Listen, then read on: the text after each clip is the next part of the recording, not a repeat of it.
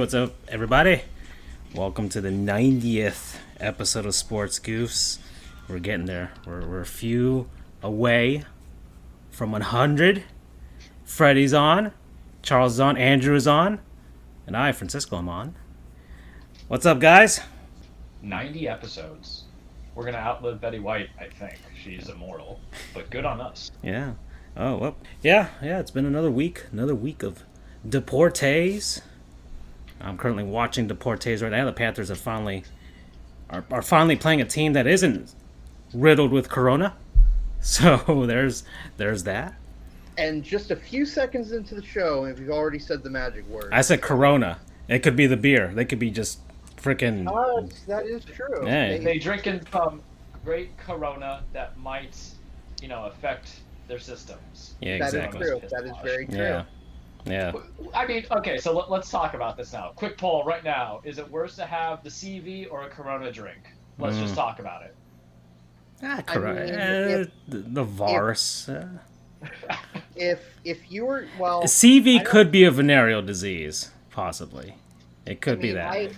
I know this, that John Oliver, a few years ago, back when FIFA was going through just before the whole corruption thingamajig, he made a joke saying that if, Sepp Blatter, who used to be the head of FIFA, was removed from office, that he would eat a bunch of stuff that he didn't want, including stuff in the McDonald's dollar menu. And he said he would even drink a Bud Light Lime, which he said was... He had a few descriptors of it, one of which was the runoff from a dumpster. Okay. All right. Which I don't drink beer. I don't drink alcohol, so I can't say whether it is that bad, and I don't know for Bud Light or for Corona. I don't know his thoughts on Corona either. Oh, okay. But I actually have no idea why I brought that up. I just thought it was funny. I assume that if he has such an issue with Bud Light Lime, that he may have a similar issue with Corona. Yeah, I would say the Corona beverage is it's a date drink. I think that's how I always gauge a drink.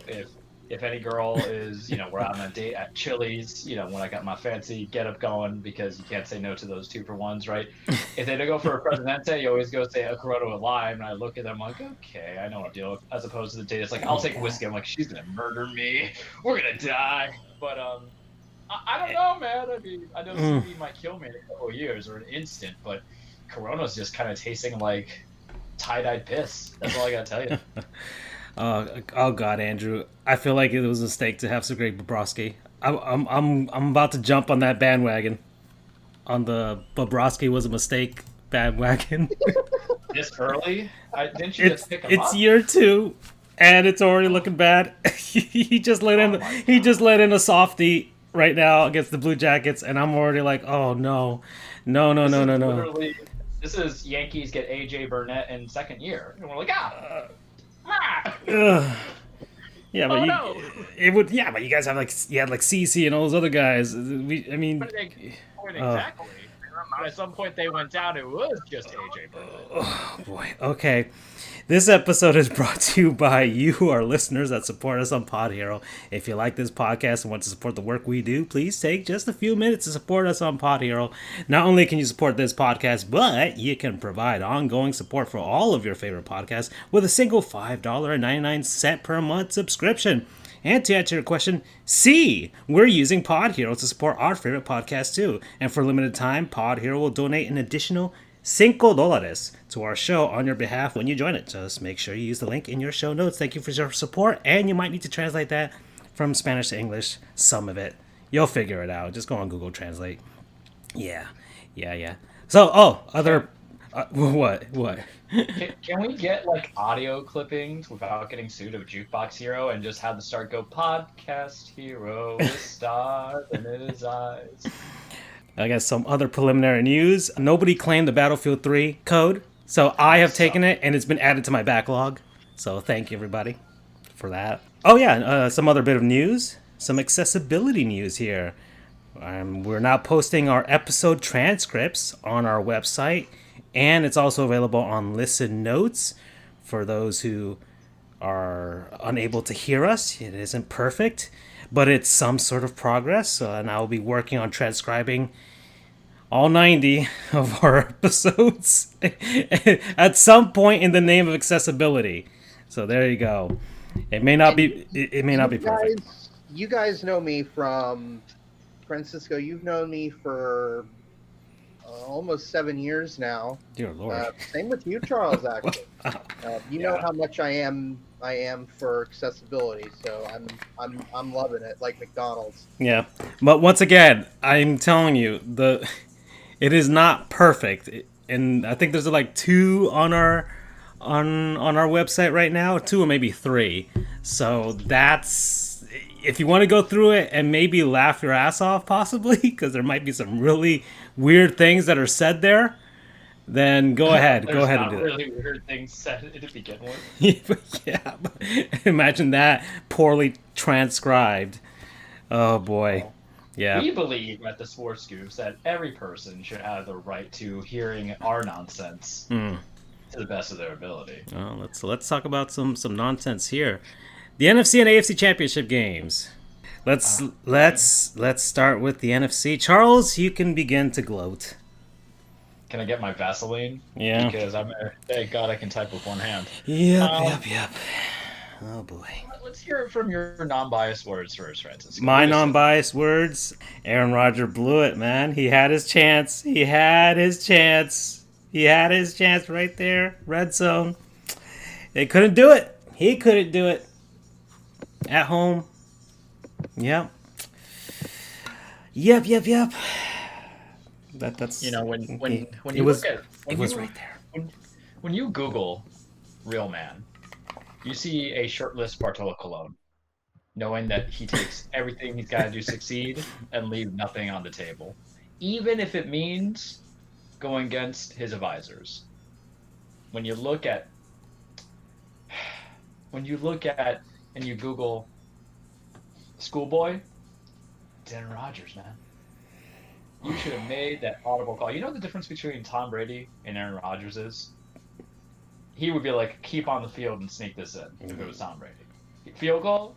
F a field goal. And listen, we know this is on Mike LaFleur. I have been on the hate train for 2 seasons. I know this is on Mike LaFleur. But here's the thing. Mike LaFleur has 2 years of head coaching experience. Not even complete 2 years. It's completed now because he got booted. 1 year as a offensive coordinator for the Tennessee Titans. So it's a little personal there, too. Because I don't think he was actually that good when he was our offensive coordinator. Aaron Rodgers has been a starting quarterback for, 10 years? Give or take a couple of years off from being behind Brett. Mm-hmm. And every time, you think you would learn from Mike McCarthy when you were so close to beating Seattle. And, McCarthy went down and made the most conservative thing ever. You have a sense of leadership to take that reins, and no one could fault you if you succeed. But if you fail and you don't call the audible, or you don't try to fight for your coach and be like, hey, let's take this time out and see where it's going with it, you at least got to give it a little something. Because now you just get the basic media of going and saying, hey, we looked at the right call that time because we trust our defense. We're doing this. But quarterback's a leadership, and what you're going to have is a split of players who say trust the coach, players and critics who are going to say, hey, it was more on Michael LaFleur, but it's a little bit on Aaron Rodgers because Tom Brady tried to give you the victory. He started off great, and then he went bad real quick. He threw 3 picks. He got really bad. Because it's Tom who just wants to he's playing with an edge, but that's kind of a killer instinct where he's making boneheaded mistakes, but still trying. I was aching it. Ironically, I don't know if that's the right use of ironically, but to Brett Favre. Surprisingly, would be the word I would say. Yeah, it was based. Yeah, he was basically like Brett Favre at that point when he was in those last couple of runs. That the last run he had with Green Bay and then the last one he had with Minnesota, he just kind of slung it there and got unlucky. Well, not unlucky. I mean, it's just the way he played, and so he just got intercepted. And same thing happened to Brady, but the outcome was different. Green Bay lacks a killer instinct. I feel like this loss is more or less who's going to be your scapegoat. Is it going to be Mike Pettin, who called a bad game? But he slowed down Tampa Bay on the second half. The first half, Tampa scored 21 points, and then he slowed down just to 10. So there was a good defense that came around. And I think my audio just went weird. Okay, back to it. It was a good game that was called on the back end to it. Aaron Jones kind of wasn't there. Devontae Adams was kind of frozen up a little bit. Take away the I don't know how to say his name, Valdez-Scantling, and his 50-yard catch. That offense was really kind of stagnant. And then Rodgers coming back, and all my friends were texting me saying, Aaron heard you. He heard you talking that smack. Because, of course, everybody was like, Charles, you're right. You're right about everything in that first half. But then it became something else. Because Rodgers, at the end of the day, my biggest thing that I've been saying is he's a fantasy football quarterback. He's a stat quarterback. Looking at his stats now, 346 yards, 3 touchdowns, 1 reception. He got sacked 5 times. It's not on him, really. But then Brady gave you every opportunity. So it's kind of like a marriage. So I don't know who to blame. But it always kind of feels like if you put too much on Rodgers, and they did put too much on Rodgers because that Green Bay defense let Tampa put some points up. Aaron Jones was stifled, only for 27 yards. Jamal Williams didn't do anything. Then what are you going to do? And yes, I'm going to say it now. This isn't humble pie because I was still right, but I'm going to be a humble winner. Not everything is on Aaron Rodgers' fault. Did it feel good to see him lose? Yeah, because it just didn't feel right with this team.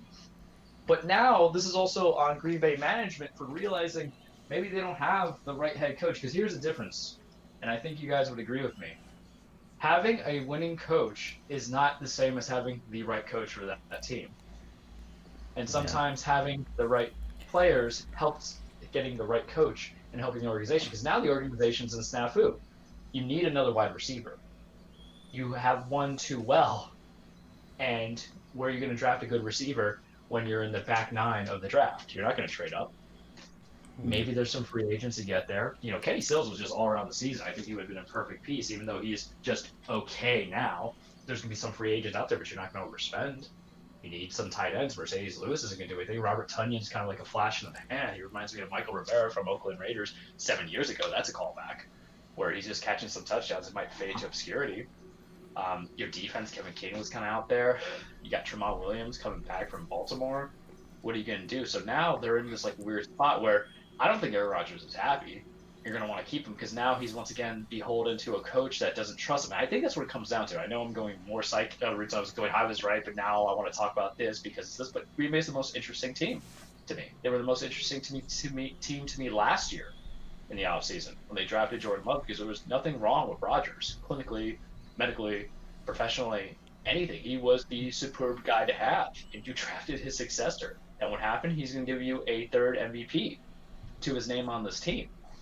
Setting records, took you to a conference championship game, but now you have to say, hey, 4 straight. Yeah. 4 straight. Yeah. He's lost all of them, but 4 straight. Yeah. But, and that's the thing, too. How much is on him? And I kind of want the quarterback to call out the coach. Because here's the thing. The guys in that locker room are going to respect you more for doing it, to set that guy straight. It's your head coach. It's not like he's going to trade you. And it's not like Carson Wentz and Doug Peterson, where Carson, I can see, and I know I feel like it's wrong to kind of say players are bratty, but I can see Carson Wentz going and saying, I don't like Doug Peterson, I don't want to come back here because of Jalen Hurts. But that situation kind of made more sense because how are you going to bench me for a rookie when you literally have not provided with me a healthy O-line or healthy receivers or even healthy tight ends because Zach Ertz and the other guy went down, Dallas Goedert. So I get that. But with Green Bay, I kind of want to see Rodgers be the true leader because now, to me, you don't have the right coach. But now you don't have leadership anymore. You have a GM, by the way, rest in peace, Ted Thompson, because he died last week. So since we're talking about Green Bay, that's the guy who drafted Aaron Rodgers. But now you have a GM who actually did something to progressively fix the side of the football that was always the problem because it was the defense for such a long time. Because Mike McCarthy wouldn't fire Tom Capers, who was running that defense. But now there's no leadership in LaFleur because he just gave and he had no emotion to it either. He's like, oh yeah, same right, I trust our defense, maybe hindsight's 2020, but do you want that to lead your team? Because you're not guaranteed to go back there next year.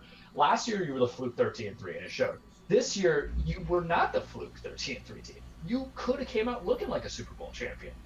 Your team did not play with that killer instinct and that killer edge because if I pick off Tom Brady 3 times and I sack him 4 times, he usually doesn't win those statistically.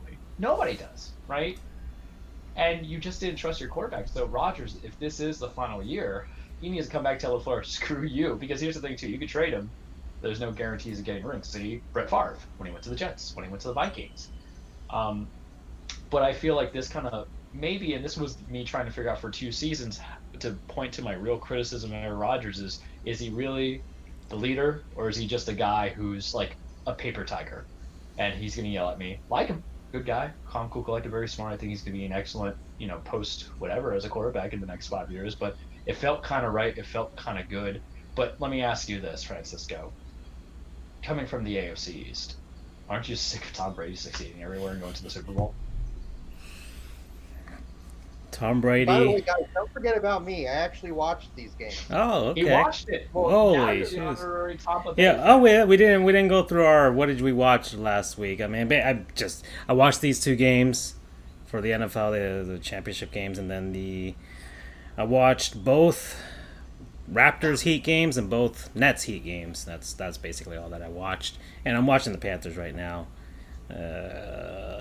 Bobrovsky, he's only let in 1 shot so far, and it's a goal.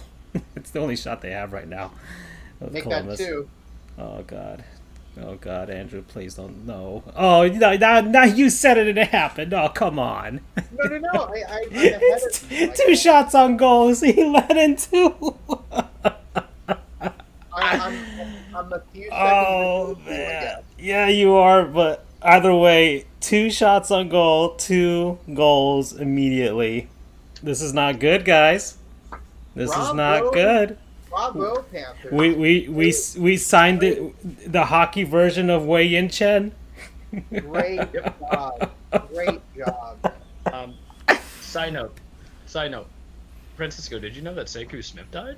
I just saw this. I looked on. It's on the chat stream on our, and I'm like, oh, whoa! This is supposed to bring us joy. You introduce this sadness. It's not my fault. It's the stream. Blame the stream. It has a mind of its own. Oh man, yeah, that happened, and we have Let's Haul y'all, and guys, I can't keep up with all these dead Hall of Famers. I just can't. There's one in the NFL, and then one in the NBA, and then more. And like baseball, the baseball ones are dropping like flies. I can't keep up. Sheesh, I just can't. There's too many. So many going down. Too many good people going down. What's happening, guys? Let's get back to this NFL. Yeah. Andrew, since you kind of took the ring there, did you watch? Are you a Tampa Bay fan? Has this come in? Have you been converted? Are you part of Champa Bay now? I mean, the bandwagoner in me says yes, I should, but the anti-bandwagoner in me says I didn't get on early enough, so I don't deserve to be a part of this success bandwagon. I've been there with UCF, strangely enough. No one gave a crap about us when we went 0-15, except for the memes. And now all these people kind of jumped on. So, I've been there, and with the Lightning too. I mean, we had some rough years, Rays.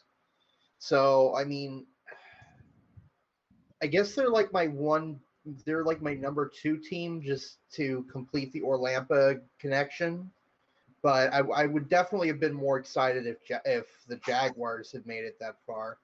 So I don't know. I'll have to reassess. To answer your question, Charles, I think it's kind of cheating to be a bandwagoner. I think the exception is if you actually hang on with them back when they're not doing well. I don't know. So it's in the tweet. Are bandwagoners a bad thing though? It depends on the franchise. When it's regards to Yankees and Lakers fans, yeah, it's a horrible thing. When it's like a team that hasn't won forever, it's fine. They need. If the Panthers started winning, maybe we'd actually get some bandwagoners, but not with Bobrovsky in that. That's for sure. Yeah, I'm turning, guys. I'm turning on Bob right now. See, my logic with bandwagoners, and I'll keep it short because I know I stole a lot just talking about Aaron Rodgers and before and all that, is that the team is going to like bandwagoners if that means that they're going to attend their games, watch their matches, games, shows, whatever, and buy their merch. They might lose interest in a couple of years. I think it's a little different, I would say, for basketball versus baseball, football, and we talked about it last show, because basketball is that accessible. You can like a player versus a team kind of thing, because I don't see myself, wearing a Italian shirt, who I think that's how you say his name, who the Yanks just picked up in a trade with Pittsburgh. Italian? I gotta learn how to pronounce it. I can't even pronounce hockey players' names. How am I going to pronounce a baseball player's name? Moving on, Francisco. Okay. As you were saying. All right. Yeah. So the Tom Brady. He's just like I akin him once again to a horror movie villain. You just can't kill him. He's like Jason. I think I would be a little more. I don't know. I'll have to come back to this. Yeah. In the future, because I was a Tampa Bay Buccaneers fan way back when, during their first Super Bowl run, which I will allow myself to be a bandwagoner for that one because I was 10. So I don't think you kind of like how a kid under the age of 6 can't be held negligent for their acts or can't commit an intentional tort, or what the hell. I'll have to go back to my review cards, but kind of like that, can't expect a 12-year-old to understand, or the 10-year-old to understand the ramifications of being a bandwagoner. I think somebody put up the point on the chat there. It depends on. There's different categories. There's the casual fans that hey, the Heat are doing good, so let's all go to a basketball game, and they'll only cheer for the Heat. They don't know any other team, but like when the Heat are good, they'll go. Then you have like the obnoxious bandwagoners that are just like. they basically file a new application whenever a new team becomes good. So right now there's a bunch of people who are jumping on the Tampa Bay bandwagon, and there are people who are on the Chiefs bandwagon that are popping in there a little from last year too. I feel more comfortable about being a Buccaneers bandwagoner because I actually have connections to the area as opposed to Kansas City, where the only connection is that I was born and lived in that general area of this continental landmass for 9 years. Yeah. It also depends. Like there's so many factors where you came from, where you grew up, that type of thing. Sometimes it just doesn't make sense for some people, but it's like, okay, well, your parents were from there. All right, fine. That I can get why you're a Steelers fan in the middle of Wyoming. I get that. But and then sometimes it's like you're in the middle of those states and it's like, okay, there's nobody nearby. I might as well cheer for somebody that's good, I don't know. But it all depends. Okay, so that's it. Buccaneers, first team ever to have a home Super Bowl. So that'll be interesting though. It'll be interesting with that crowd because Florida is one of the few places that allows fans to go. So I want to see what the ratio is going to be between Chiefs and Bucks fans. That'll be interesting. Then the other game, the Chiefs win. Yeah. Did Buffalo even have a chance, Charles? I don't think they did. It didn't seem like it. You know my position. It didn't seem like it. You know who I wanted to play. Oh yeah. I wanted to play. Oh no, I get the narrative that would have been cool, but there's a narrative with this one too. The old guard versus the new guard, who will a battle for the NFL's soul. All right, Tom Brady, the horror movie villain. You guys track my Mahomes tweets now on here? Huh? Yeah, we got all that, man. It's all gonna be there. Good. We know how to Big Brother it better than the government, man. Exactly. Yeah. You can't hide from us. Jeffrey Holes, follow him on Twitter. Yeah. FJOJR, Charles the True, Sports Goose, BUs and Freddie stuff, everybody stuff. We have a bunch of BYU fans now, that's for sure too. Yeah. Yeah, but it's just... I will say it was a boring AFC Championship game. Yeah. Buffalo started out with that 9-0 score, but then it was like, guys, the inevitable is happening, and it did. The Chiefs are just way too damn strong. Tyreek Hill is fast, man. That guy's really cheat code and Grand Theft Auto. He's just so fast. What are you supposed to do? Oh, Wes McCauley's calling the game for the Panthers. At least that's happening. Guys, I don't know if you remember, but Wes McCauley was one of the refs at the game where we went down on the ice. I know. Yeah, we both freaked out about it when we both saw him. Remember? And I still regret not saying hi, but I didn't want to be that guy. Yeah, he was coming off the ice after the intermission. Looked like, just let him go, It's not like I'm a little 6-year-old kid. I'm a 26-year-old man at that point. Ooh, 26? Yeah. I'm old. Holy crap. Yeah, we're old, man. Sheesh. At that point, rewind 2 years. Still. Regardless. We're already in our 30s, basically. Oh, boy. On these. Let me take a look at the show. Where we're gonna go from here, guys. That's all I can say about the. I don't have much previews of the Super Bowl. I don't even have a prediction. You guys want to do predictions? We can throw up predictions. I think the Chiefs are gonna win. I say give it a week because they're gonna do the Pro.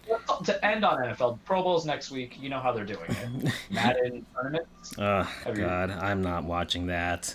I am not watching that. I have a prediction. For the Pro Bowl. And yes, or it's actually not a prediction so much as a hope. I hope that the game does some incredibly insane shit that breaks its. Anything that can show how incompetent EA Sports is. Yes. Anything, like, for example, in the Madden Bowl the winning guy ran the whole game with a running back as the quarterback. Or, no. It was, I think, a kicker as the quarterback because he just ran the same play every time and he was unbeatable. So I'm hoping that something like that happens or some insane physics breaks. Yeah. They should just put their kickers as their quarterbacks. I did that once with my buddy. I put in Sebastian Janikowski throughout the whole game because we were just doing dumb stuff. And it was weird getting him to, listen, because you can. If you play Madden, I do, you guys don't. But you can put your kicker or your punter as your quarterback. EA hates me. And it makes it so much fun to do that. EA hates me because I'm Nintendo and PC Master Race. So they hate me. Ugh, man. Yeah. Remember when they tried to do the Madden on the Wii? And, did you ever play those and just passing was such a weird little component? Yeah, the motion controls that they tried to put in, but it wasn't exactly, all right. Well, let's move on here. Some bit of NHL news. Let's go down here. They had the 3 stars of the week. I haven't the first one that we're doing for this year. So let me roll them out here. Number 1, actually, let's go with the 3rd star first. 3rd star goes to John Gibson, goaltender for the Anaheim Ducks. He went 2-0-1, a 1.33 goals against average, 960 save percentage, and 1 shutout as he played against the Minnesota Wild and Colorado Avalanche. 2nd star goes to Joe Pavelski of the Dallas Stars, center. 3 goals, 4 assists, 7 points, including 2 game-winning goals. And he got 4 points in the season opener, which tied a franchise record. And the Stars went 2-0. And Pavelski became the oldest player in NHL history to collect 3 or more points in each of his team's first 2 games of a season, besting the mark set by Rod Gilbert in 1976-77 with the New York Rangers. 36 years old, 197 days for Pavelski. And we have 2 first stars, and this is pretty cool for the NHL. I'll go with the one that we're expecting here. Tyler Toffoli, Montreal right winger, had himself a week. 5 goals, 8 points in total. The Canadiens, second team in NHL history to get a point in their first 6 games to start a season, which is pretty amazing that it took up till now for that to happen, and pretty amazing that Montreal didn't do it themselves a long, long time ago when they had their dynasties. So that's pretty surprising to me. And the other first star goes to Virginie Hebert of I freaking have the I wrote down the abbreviation for this, which is CHUM, like the chum bucket, but it's something French. It's some medical center in Montreal. The M stands for Montreal. I guess health is the C. Center, I don't know, something like that. Oh, Montreal University Health Center. There you go. All right, it's not the chum bucket, but it's whatever. She's a respiratory therapist in Montreal since 2017, and the NHL is making it a point that whoever wins the first star of the week, they will then highlight a medical professional from that area to highlight as well, as part of their thanks from because of the virus. So that's pretty cool. So she's a respiratory therapist, and she also got a nice shout out from the NHL. So that's pretty cool. The NHL, I like that. All right, so that's some real MVP type of thing that the NHL is doing. Okay. While we're on the topic of real MVPs and NHL, I want to pull an Uno reverse card here and go with Gottlieb Goon. You want to do okay? Andrew is. I will never say no to the Goof. All right, Andrew, throw it out there. Who you got?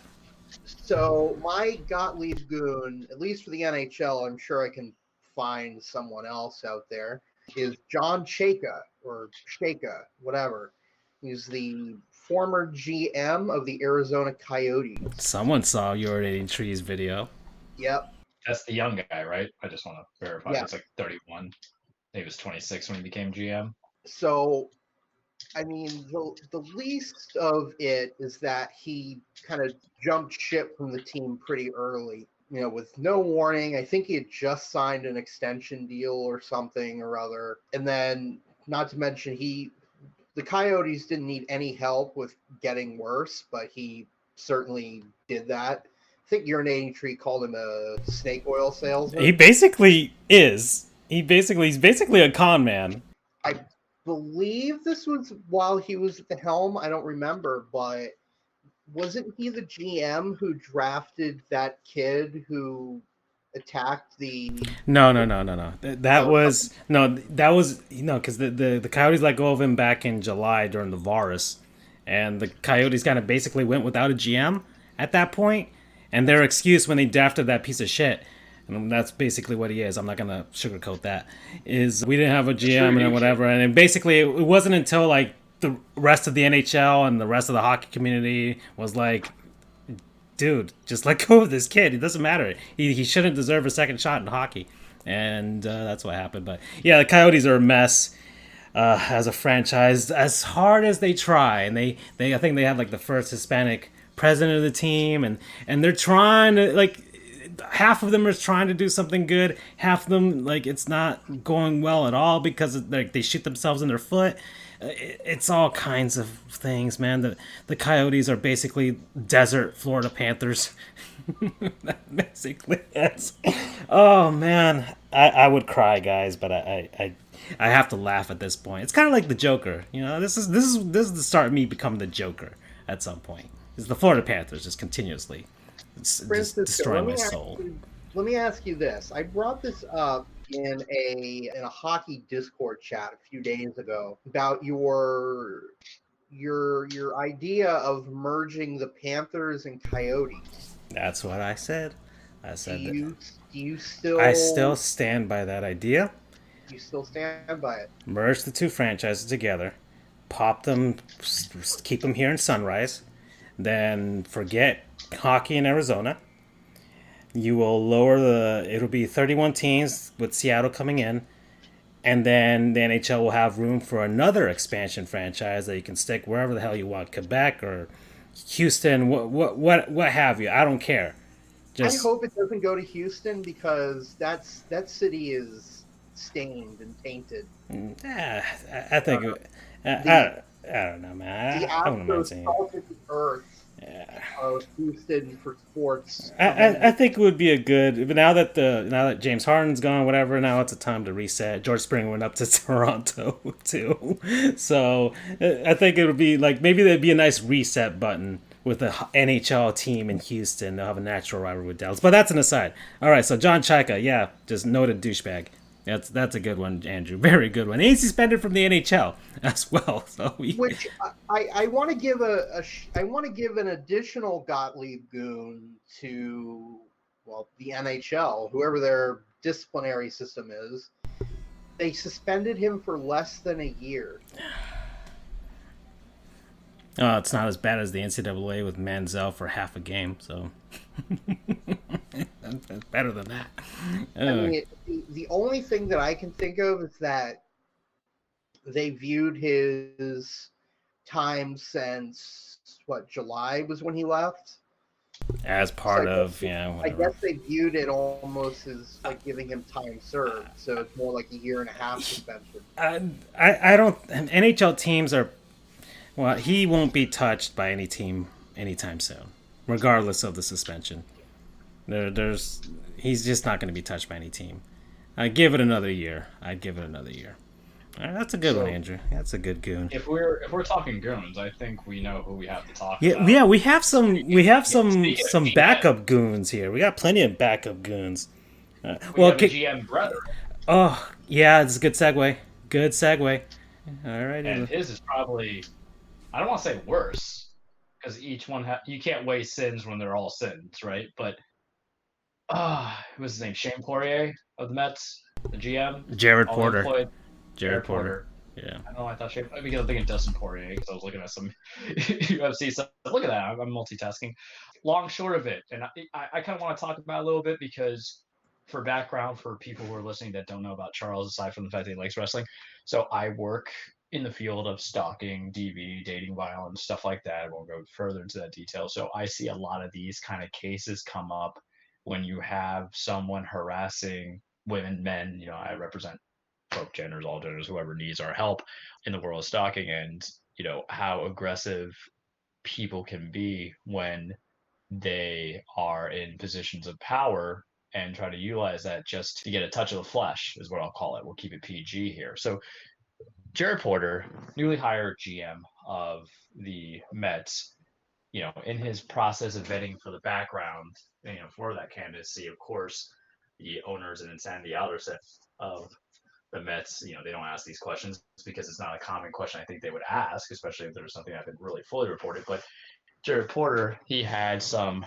revealing text messages. If you guys read them, I don't know if you read them or not. I did. I looked for that. Yeah. That he was sending to a foreign, and I only say foreign because that's how they always kind of put into it, but it was a journalist who he had met, who she just wanted to get into the business, as we kind of want to, right? And he uses this whole he's basically a predator, I'm gonna call it like that. So he used these predatory tactics to invite her, for what she believes in the business, to him just constantly sending her text messages, 50 text, I'm thinking of a case, 50 text messages, and it all result of him showing, his erect penis, right, going into it. And that came out. And of course, thankfully, the Mets had some competency, and they fired him, because in the sports world, it's very weird, because even though the culture now might be woke and we care about even people sending, I don't want to say dick pics on air, but I'm saying dick pics to somebody, we don't want to call that as... It's not the worst thing we've said on air, babe. Right? We don't want to call it sexual assault, but guess what, you guys? It's unsolicited, unwanted, not requested. Indeed. It is. To her, and in sports world, it's always kind of behind, and I'm going to bring up some wounds of the past. Big Ben was carrying somebody into a bathroom, but yet nothing really happened, right? 4 games suspension. But... So Jared Porter, he was promptly fired. He's, I want to say, tarnished, and I don't get it with MLB baseball, because you got to remember the Houston Astros, was it assistant to the GM, whatever that guy's name was, who goes and says, "Thank God for Ozuna." And he was, and Ozuna's had a history of being a DV beater. I'm trying to make sure I'm not getting players crossed. Everybody screws up. So Jared Porter was doing all that fun stuff, and of course the media screws it up, because I think they revealed what nationality, what country she was from, right? Yeah, or maybe even her name, possibly too. Yeah. So you guys don't know how much. So they're goons as well. I think they also gave her name too. I was like updating on it, because what I deal with, there's people who move out from.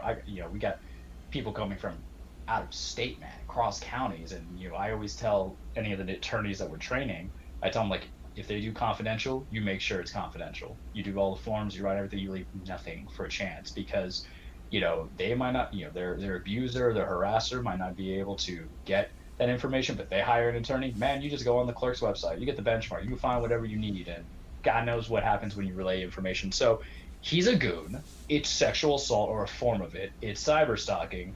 people out there, he's a predator. Don't use a position of power, even though he wasn't a GM at that time. You still had an in to invite somebody on a. First off, I'm gonna tell people straight up right now. You don't need to go and have drinks to help people learn on the business. You give them a phone call.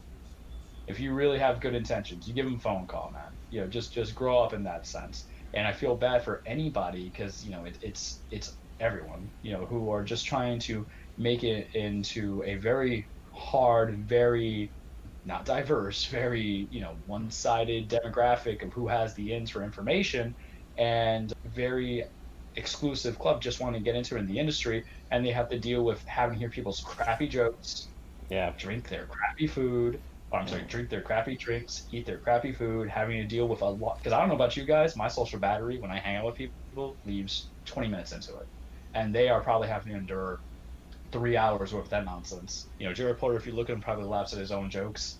And you ever see the meme where he's like, "Let me explain to you everything." He seems like that guy. So you're a goon, in that sense, all the way. You're a Gottlieb goon, and it's hopefully this just kind of unravels a policy that when you're searching for people and you're looking to hire people in high positions, not even executive positions, but even scouting or anything like that, top, bottom, that they learn to ask other questions, such as, and let's talk about this, and I'll give you an example of a question. What is your treatment of, genders that you're attracted to in the locker room? And I would even do that on players that you're drafting, all across any sport, young men, because, there is that harassment that comes in there when you're bringing in, a female reporter who has to deal with the I'm going to say toxic masculinity of guys, or even that sexual aggressiveness that young men might portray, or vice versa. I don't care. Whatever you're into is what you're into. But, that should be part of the questioning. Instead of asking, it's like, do you know that your mother's a hooker? What was it, Jeff Ireland who said that to Des Bryant in his interviews? It's been so many years. Dolphins, Hard Knocks, yeah. But going into that mindset, even when you're evaluating players, these are questions asked because we talked about it before the show started on, Hall of Fame for integrity. That also comes in when you're entering into the field of any kind of sport as a player, as an executive, as a scout. So maybe these are questions you want to ask and say, instead of resume, say, hey, if you're 46 years old and, we employ all people of diverse ages, genders, backgrounds, ethnicities, what are you going to do in kind of providing a proper workplace? Because at the end of the day, it's a workplace. Stop making it into Hollywood where people get away with a lot of shit.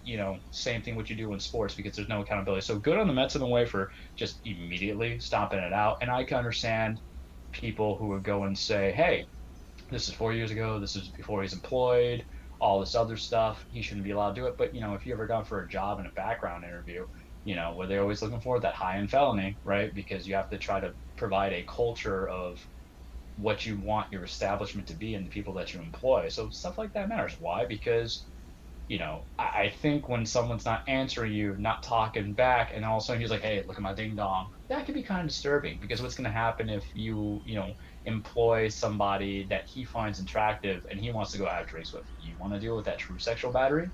I don't think you do, man. So, Jared Porter, you're a goon. You're just a dick. I'm just gonna say it like that, man. And good luck to you. Doing whatever, because God knows in the MLB he'll probably get a job somewhere, but it won't be cleaning toilets. Oh God, I hope he doesn't. I hope he doesn't get any. I hope he's blackballed from the league forever, for sure. I get the. I get the Astros cheating scandal. This is real life stuff, man. I got one more goon. Okay, go ahead. I got FIBA. FIBA. Oh, of course. FIBA. For messing with our good old Canadian brethren. Yeah. Don't you hate Canada though? I love Canada. I just hate them in hockey. I don't like them when it comes to hockey. But I like Canadians in Canada. Okay. I love. Yeah, I mean, I love hockey. But when it comes to hockey, Canadians are just kind of dicks. Because that's the one thing they're good at. And so that's the USA versus Canada thing. That's when that comes out, and you just gotta deal with it. But everything else about Canada, I love it. Love Canada. Yeah, they've given us so many things. We can't be mad at Canada, and I can't believe people would be fining Canada for opting out of the frickin' FIBA World Cup or whatever, a World Championship, the AmeriCup, whatever they call that, because of the virus. So they fined them for that. I don't understand. $227,000. I would assume that's in Canadian. I'm not even sure. And I don't even know what that money goes to. I don't even know. So either way, FIBA, you're just goons, man. You're just goons. So what happens if Canada just says we're not going to pay it? It does. Like what's the big deal of them not going? Whatever games you had scheduled for them, that team automatically wins. I don't get it. I just don't. I don't understand. It's just the Olympics are canceled, man, and you're going to hold Canada to drive for not doing your second rate. You're not even like the alternative sports to watch for basketball internationally. It goes to like one of the European leagues. Yeah, when they do the Euro championships, those are actually entertaining. Yeah, because like here in the U.S. side or the American side, it's basically the USA. Boom, just that's it. Nobody else can beat them. So that's what FIBA. Just come on, guys. Just read the room. Read the room. Weird. Your rules are weird. Yeah. Canadian players don't even want to play. 3-point line is weird. Oh, dear Lord. Anyways, so there's that. Again. All right then. Let's move on here. We've got NWHL hockey going on right now. So I like that they stream on Twitch, so pretty much everybody can watch them. That makes it nice and accessible for everybody. You just have to make a Twitch account and you can watch them. You don't have to get any weird cable packages, nothing like that. Oh yeah, that was part of the news from the NHL that I was going to talk about too. Before I move on to this, because I just want to get the hockey news out of the way. And it's really more than just hockey news. NBC Sports is shutting down. Yep. They're not going to be a channel no more. So that's going to happen, and I guess it's all part of this flurry of announcements for NBC. So that means that NHL games will be, and this is something that they're going to, by the end of 2021, is when they expect to completely phase out NBC Sports Network. So I would assume for the 2021-22 season, the NHL will be broadcasting on NBC proper, which is very rare. It's like once a week or something, and the USA Network. So that's going to happen. And you have to imagine that, and I think also part of it is they're trying to also make a bit more emphasis on their Peacock. On their I'm their 5 years Peacock old. Streaming network. 10 years old. Really. They're much to the dismay already of English Premier League fans, because they would broadcast their games on NBCSN. So now they're shifting over to a subscriber method. A lot of fans are wondering how this is going to affect, because NBC had NASCAR. They had, the soccer games on there. They had Notre Dame, but I guess that's still going to be on NBC proper anyways. And, what isn't NXT on USA Network, Charles?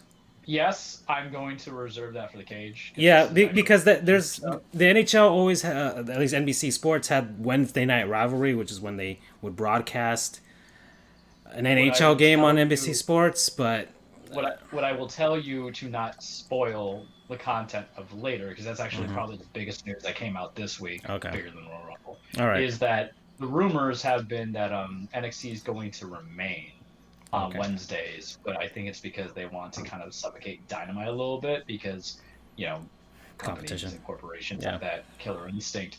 But I think what's going to happen is Peacock is probably going to have live stuff as well, or they'll call Peacock specials, because that's how you're going to get people to want to watch it, right? So you have to do those little things. It's like, if I have HBO Max, it's whatever, but if you're giving me shows only for HBO Max, it's like, okay, that's fine. Maybe that's not like the best example, but that's the only way I can think of. But it's going to say, hey, we're going to give you all this other stuff too, but if we're going to give you this thing first or whatever, I'll give a better example. Netflix had the El Camino movie, for the Breaking Bad epilogue, as I call it. Good movie. You guys should watch it if you haven't. If you don't like that stuff, too bad. But what happens is they had those exclusive rights for several months before AMC broadcasted it, for their own thing for conventional people. So my guess is that NXT will be consistent, and the big rivalry games are going to be set Well, onto well, the Peacock. but before we get to that, and this is something I was going to mention, and BU brought it up on the chat. There is the NHL's contract with NBC does run up at the end of this season, Correct. the shortened Yes. 2021 season, and from there the NHL will negotiate with the other networks. I would assume NBC and CBS, ESPN slash ABC, and Fox to see who will be carrying out the games from there on. It might be a multi-package Gotta be deal. Fox, man. I'm not sure. We're not really sure right now. But and this is part of the reason why the NHL is playing their games regardless of the fact that the virus is there, and they've had to juggle their schedule around, much to the detriment of the Panthers and the Lightning too, as well. A lot of games in our division, because it happened to our division, are being shuffled about.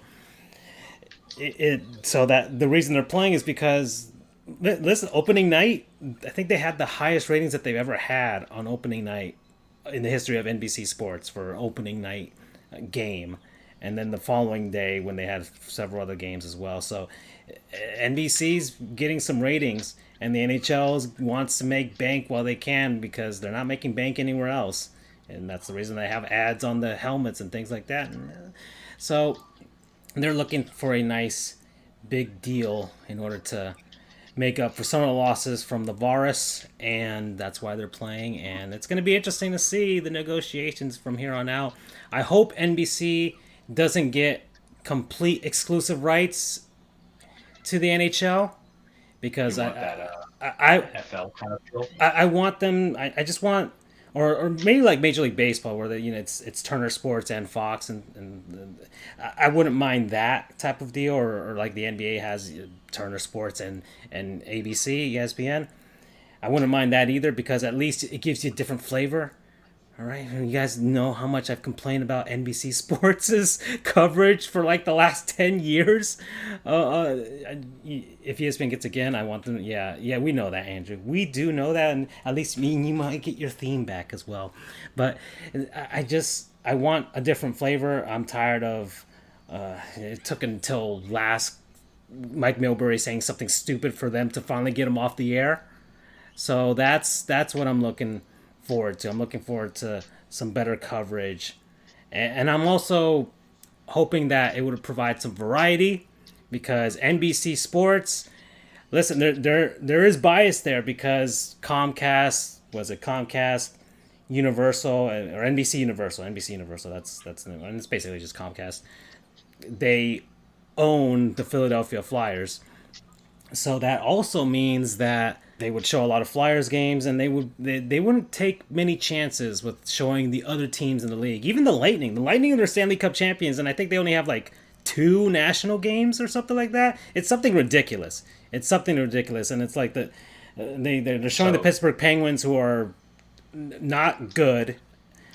They're not the same team anymore. You got the Philadelphia Flyers, who are a good team. You've got the Vegas Golden Knights, who are like the hot darling. So they'll show off the hot darling as well, and then I'm pretty sure they'll show the Chicago Blackhawks as well, even though they're a team that sucks. So that's that. There's problems with that.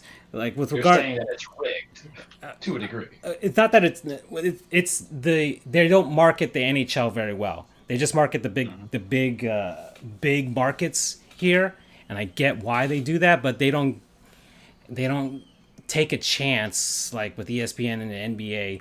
They'll show the Milwaukee Bucks when the Milwaukee Bucks are good. ESPN is not showing the New York Knicks, even though they're in New York, but the Knicks suck, and they've sucked for a long time. But NBC Sports will run out the New York Rangers no matter how terrible they are. Yeah, that's not the... Yeah, ESPN has a lot of things that they juggle around. That might be a con if the NHL's in there, and they might not give high priority to the NHL. But even then, I don't think NBC did a good job. I think Turner Sports would be pretty good. I'd like to see what they would do with the NHL. They do a pretty good job with the NBA and Major League Baseball on both ends there. So that's just my opinion on that situation there. Let's move on here. Where are we at? Oh, guys, we're getting to the halfway point. Y'all know what that means, right? A word from our non-sponsors. people, places, things, concepts, what have you, that we've been enjoying over the last week. I don't know who wants to start. Andrew, you weren't here last week, even though we did some makeup non-sponsors in your name. But I don't know if you want to start. Who did you do in my absence? I did the game Cyberhook, which is a really fun game, and I beat it this past weekend. And I forgot, what did you do, Charles? I did Jupiter Donuts. Well, that was your main one. With the Spider-Man DLC. Ah, that's right, the Spider-Man DLC. That is right. Okay. So I guess I'll go first, since I'm the longest without a non-sponsor. Go ahead. And I have mine. Oh yeah.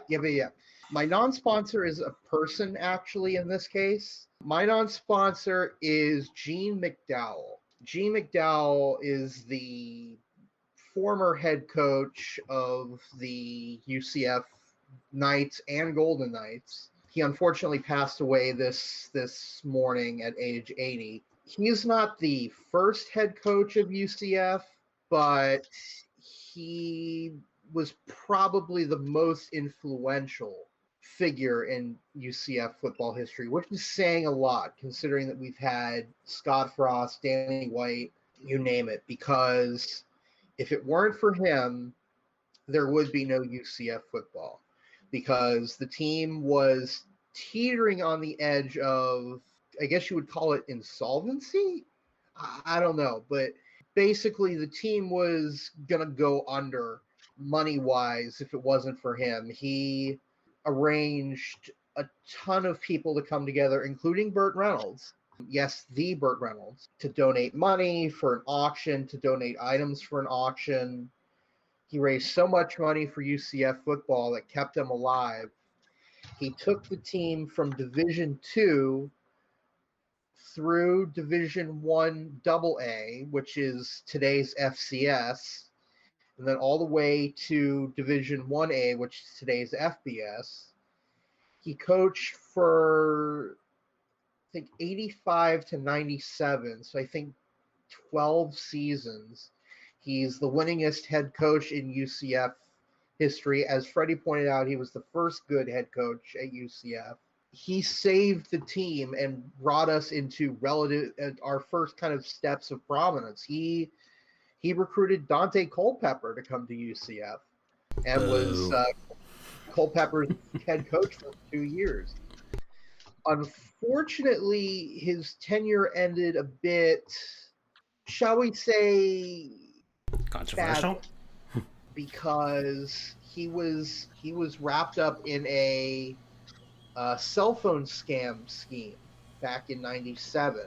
Doesn't it feel right that, an old coach gets caught up in a cell phone scandal? Because I was waiting for him to say it was like a Bobby Petrino. Yeah. And it's like you're just on a motorcycle with some young grad student. Yeah. And cell phone scandal in 1997, though. I mean, I just think those big ass like Wall Street. Yeah, Motorola's. Can you hear me now? Yeah. Yes. Excellent. Speaking of cell phones, can you hear me now? Good. Yeah, what was the last thing you heard? Cell phone scandal. Jinx. And we you owe me a Coke. I owe you a Coke. So tell us why his story ended. So he was caught up in a cell phone scandal in '97 where one of UCF's players was, I guess, doing something.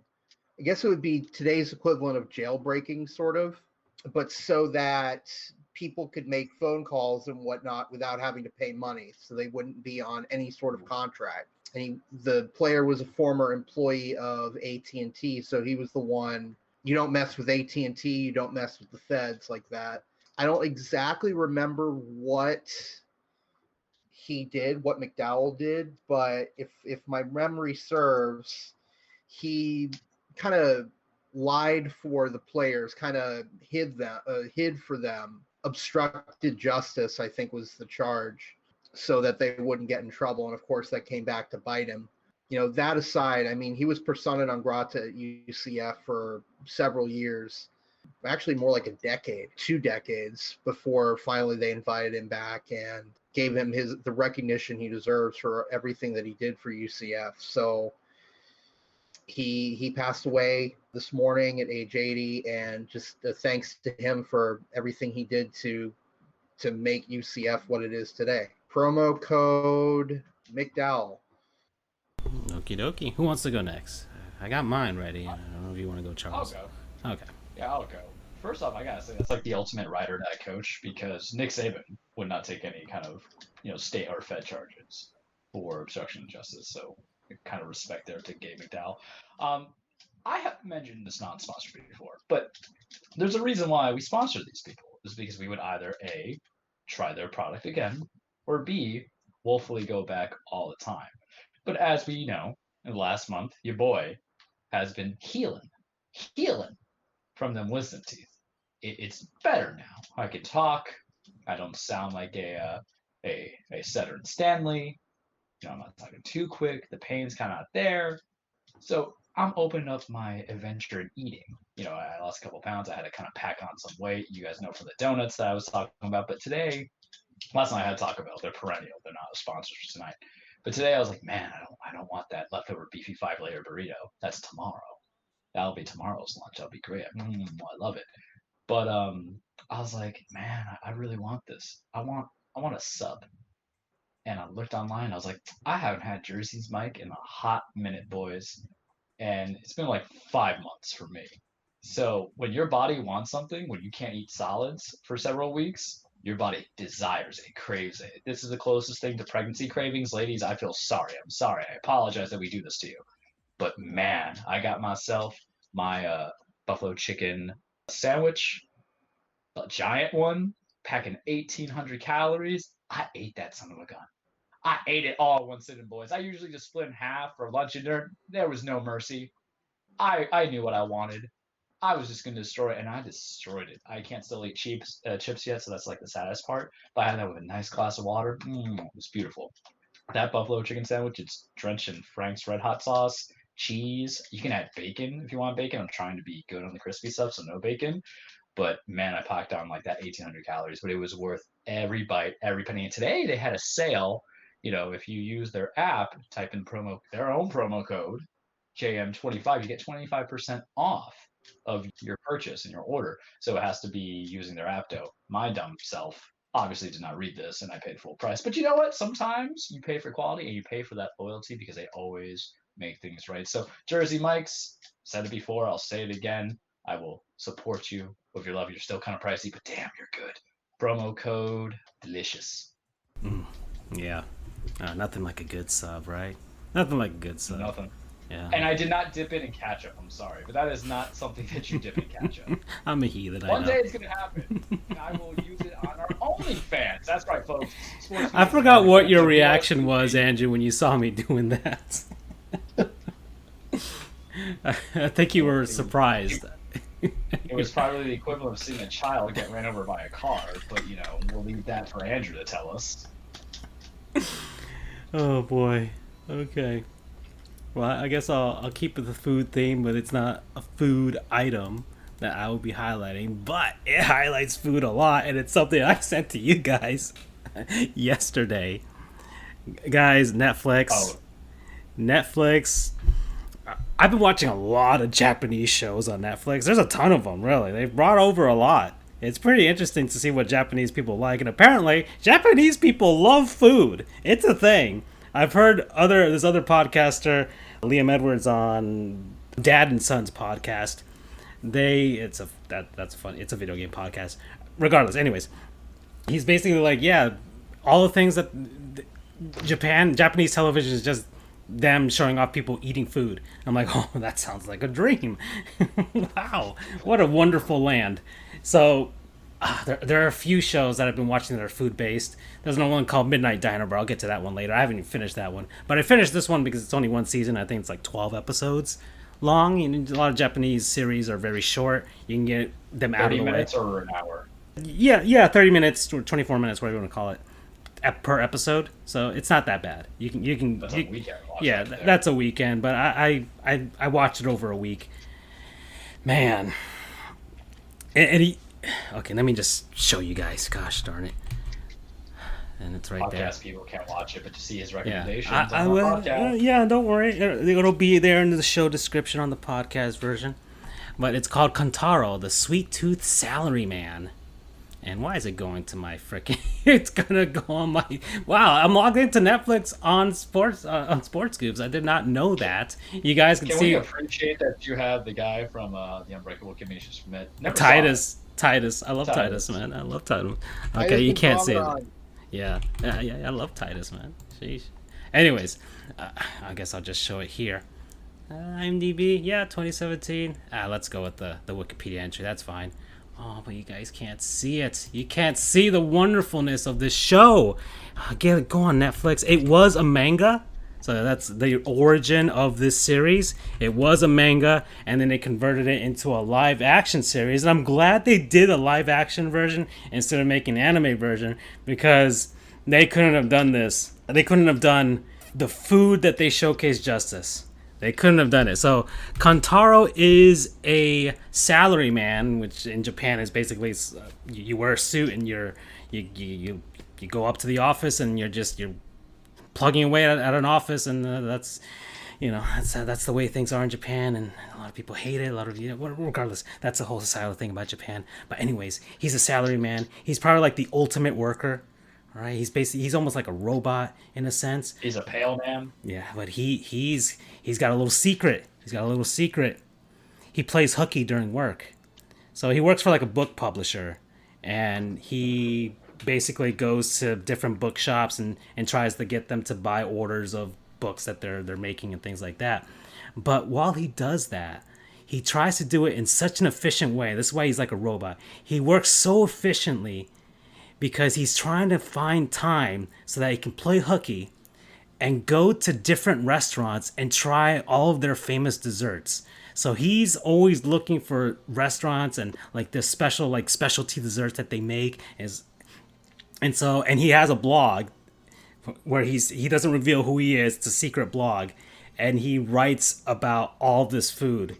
But the way they present it in the show, let me find some images. I feel like this is you, man. Like, are you sure? All right, so there's a picture of his face right there with what can only be assumed is his O face, and that is basically a face that you will see in every episode every time he takes his first bite of all of these desserts in the show.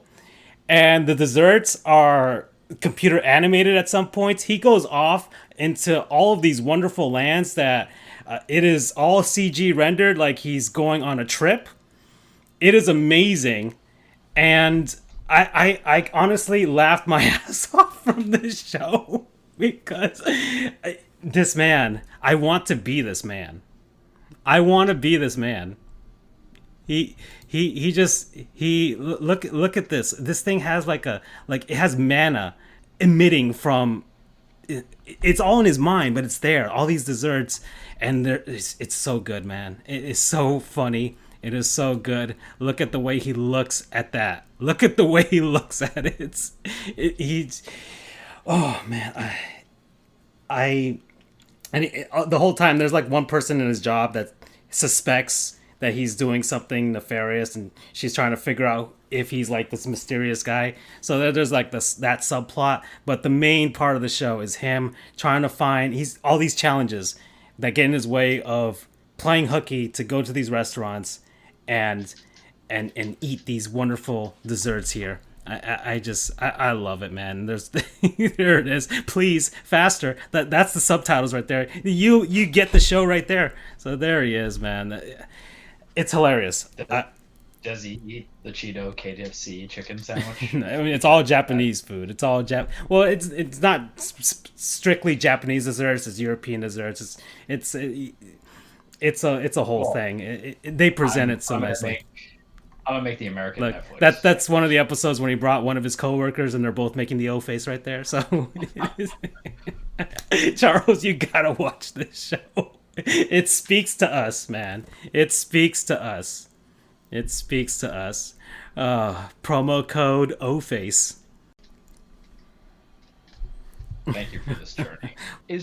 Has there ever been a food that you've had in your life that gave you the reaction of what we just saw?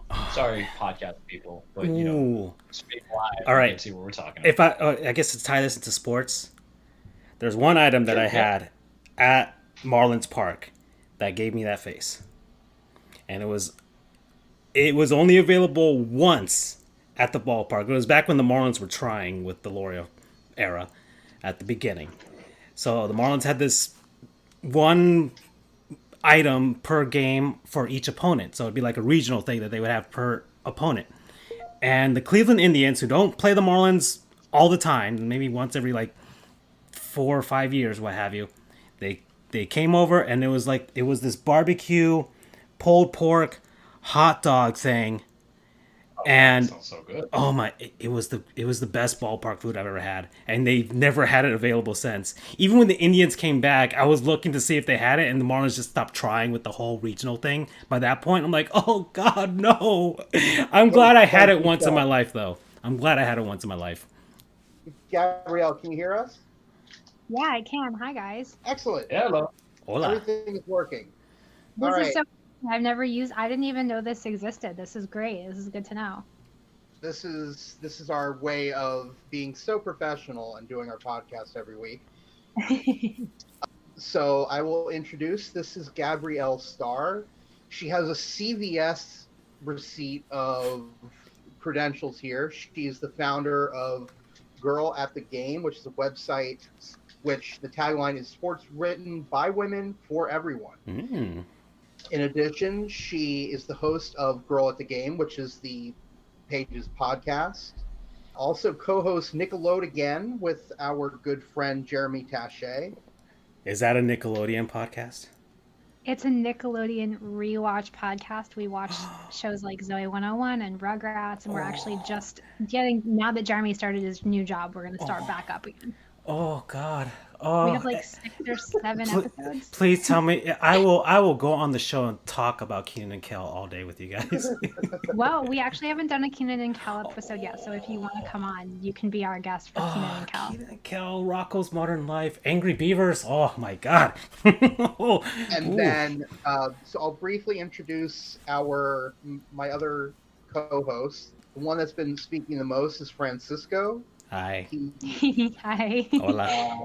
Bienvenidos. He is our resident Florida Panthers / Miami Marlins. Yeah. I guess. Yeah, I can give a much quicker synopsis. Yes, Florida Panthers. I write for the SB Nation Panther site, and yeah, Marlins, Heat, and unfortunately the Dolphins, and the Florida State Seminoles, because I actually went to Florida State, and then I guess by proxy FAU and FIU, because I went there, and I went to basically every university in Florida at some point or other. But yeah, that's me. That's me. And then you're gonna love the other co-host, Charles. So he's kind of all over the place. He is a Panthers fan by proxy because he lives in South Florida.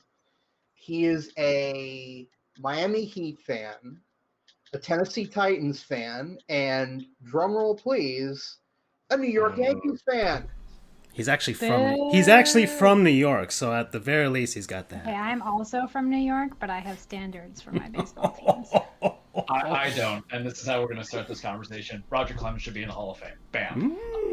There you go. I mean, I'm not ever going to vote to induct someone who was in a relationship with a 16-year-old girl. PEDs is one thing, but Pete Rose and Roger Clemens, for me, it's the statutory rape that kind of sets them apart. That's my shtick. Fair point. I can get like Barry Bonds. Barry Bonds, maybe we can talk, but then again, like also domestic abusers. I really felt like she should have been there for my rant on Jared Porter and how he's a terrible human being. Oh, I definitely should have been here for your Jared Porter conversation. We could always talk about how much we'll have to come back to that one. Yeah. Absolutely, anytime. Trust me when I tell you, there are way more men who sexually harass women in sports that will eventually be uncovered. So legitimately, I can totally come back. Do you want to split her time? Because Charles gave a very impassioned speech because, of course, he deals in that in his professional life, in his professional career. So, that would have been... I'll let him explain what his work is. Oh, Oh so boy. and you're on a time crunch, Gabrielle, so I'm sorry that somehow we got tossed in this like Argentinian tango of opinions. So without going into too much detail, I work for a domestic violence center in Florida, and I deal with Oh wow. domestic violence, stalking, dating violence, stuff like that. So coming into it, I have my legal opinion of it, and then I have my, real world opinion of it from what I've seen, what I gauge the clients I interact with, and how sometimes there's that skewed opinion of, oh, it's just text messages. She can just block it. She doesn't have to answer it. Then I'm like, oh, look, it's an erect penis. Oh, it's okay. But my diatribe was that it's sexual assault. It is sexual assault. Just because you feel it's not, it is, on top of other things. And my concern is that sports is usually, even though everybody wants to say they're in the woke culture, I just say that to be pedantic a little bit, but even though they say that they're progressive with people's, with situations like this is also not the league, but sports that sometimes will be like to speak, because I brought up like Big Ben as an example, where he was dragging somebody into a bathroom, but hey, we're just going to suspend him for like 4 games as conduct. That's detrimental to the league. Different sports, but you get the same vibe. So. But tell us, D-May, as the people down in Miami tell me all the time when I lived there. Thank you for having time to be with us today, because now... Oh my God, my pleasure. Show changed me here. All right, then. My pleasure, 100%. I'm sorry, today is like a super hectic day for me, and I never really know what my schedule's going to be like, and I really wanted to come do this with you guys, but I was like, oh, also I have something at 9. But I just wanted to make the time. But I can also come back another time if you guys will have me. So yeah, any questions, like ask away. We love our guests. All right. Well, that's good, because a lot of people have guests on just to like troll them, which I never do. Really? No. The guys call me the guest wrangler. I know Yes. that sounds a lot worse than it actually is, but so far everyone that I've brought on, they seem to like. So I must have good taste. Like, I don't want to call you the... I'm bounty honored. I man. mean, anytime I'm in the same conversation as Jeremy, or on the same roster as Jeremy, I'm totally honored, because he's one of my favorite people ever. Oh, okay. So I guess we'll dive into it. I'll just give a quick preface of what happened. Today, the Baseball Writers Association of America, I got that right hopefully, announced their lack of inductees to the Hall of Fame for 2021. It's the first time since 2013 that no one has been inducted into the Hall of Fame, and they are hosting a ceremony in the summer to make up for last year. I'll tell you this, Andrew. I'll tell you this, everybody. They just didn't want to take away the spotlight from our Lord and Savior Derek Jeter and from SpongeBob Lord Larry Walker. All right, give all of the attention to them. That SpongeBob shirt was an all-time great fit. Not even for Hall of Fame like acceptance, just in general. I mean, again, I host a Nickelodeon podcast, so clearly SpongeBob. I think SpongeBob was like our. You're talking to the guy who watched the second SpongeBob movie that came out, and I generally enjoyed that one better than the first one. Well, I haven't seen that yet, but You should. It was a really interesting cast of characters this year for the Hall of Fame, more than usual. And I was briefed on, kind of maybe not what I should or shouldn't say, but kind of like, try to keep it a little bit PC, maybe. Well, Charles is. I was seeing what the guys were okay with, how far, but I mean, he was on point when Charles said that it's sexual assault. So basically, anything goes today. So I mean, I call Jared Porter a predator. Right. So yeah. So Jared Porter is a predator. So you could say whatever you want to say. Cool. Okay. Well, if that's the case, then like I am super freaking happy that Curt Schilling did not get in the Hall of Fame today, because quite frankly, anybody who uses their MLB paychecks to buy Nazi artifacts should jump off a cliff. I was afraid, because I was like, I told you, we talked about this last year when he didn't get in. I'm like, I feel like there's going to be a contingent of people that are going to find a way to get him in on his last time, like just as a punishment. Okay, you're going to make it in your last ballot. And he didn't get in. I'm like, yeah, 2020. So next year's his last ballot. Oh, okay. Regardless, 2021 has has already done some good things. Yeah, it's. I'm definitely very happy. I think also like Omar Vizquel, obviously, if we're talking about domestic violence, like that was also a really frustrating thing to see for both personal reasons and basic morality reasons. Seeing people like that on the Hall of Fame ballot is just very frustrating to me. Mainly it comes down to like how, the character clause is a part of Hall of Fame voting, whether or not people want to acknowledge that because they want who they want to be in the hall doesn't change the fact that it does exist. And you see so many reporters nowadays who have the honor of casting their votes write these articles being like, here's why I voted for who I voted for. And it's like, dude, we get it. Just say you don't care about wife beating and leave. I don't really at this point have patience for people who are going to look at every terrible thing that Curt Schilling has said over the last 7+ years since he's been retired and be like, yeah, but like his strikeout rate, at a certain point, it's like, where are we drawing the line? There, because it has to be somewhere. You can't, like, the bar has to be set somewhere. You have to have a moment where you go, okay, well, this guy has effectively, you want to talk about cancel culture, he canceled himself, and it's literally just a consequence for one's actions, or in this case, one's tweets. Yeah. Like the guy had a podcast on Breitbart. He's talking about how journalists should be lynched. He's making fun of Muslims. He's making fun, making fun of trans people. It's like, how many more reasons do you need? Yeah. This guy, if Curt Schilling, he's out there saying that he doesn't care. If Curt Schilling if he had been like any other baseball player and just disappeared until Cooperstown called and didn't do anything like that and wasn't that public and just made a crappy video game company that lost money, that was one of his endeavors. If he was just that, then we wouldn't be having this conversation. But yeah, he shot himself several times in the foot. He doesn't even have a foot anymore. It's not even there. Yeah. And on a personal note, and kind of going to what you were alluding to about lynching journalists, I mean, I'm disgusted by everything he does, but just on a personal note, I went to journalism school at UCF, and one of my professors and one of my classmates were in kind of a situation like that where it was, I was told that we should lynch you. And that made me legitimately frightened for them because I love them. My professor is one of the greatest people I know, and certainly my favorite professor ever, and a good friend of mine who was out covering a rally.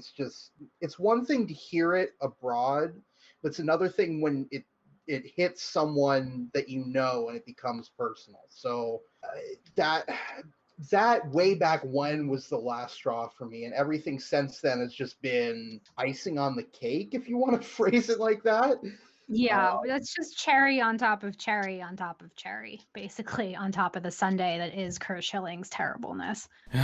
Yeah, well. But I'm hoping that the 16 people that would have been needed to get him in this year, I hope that they stick to their guns and don't do it, because I would be greatly disappointed if he did get in. Although my question, he did tweet and say I was gonna say, he says he wants to be removed from the ballot because, of course, his whole thing is, it's not me who's bad, it's the voters who, like, my favorite part of this whole thing was him tweeting, former players will be the ultimate judge, as it should be. I won't allow a group of morally bankrupt frauds another year to lie about my life.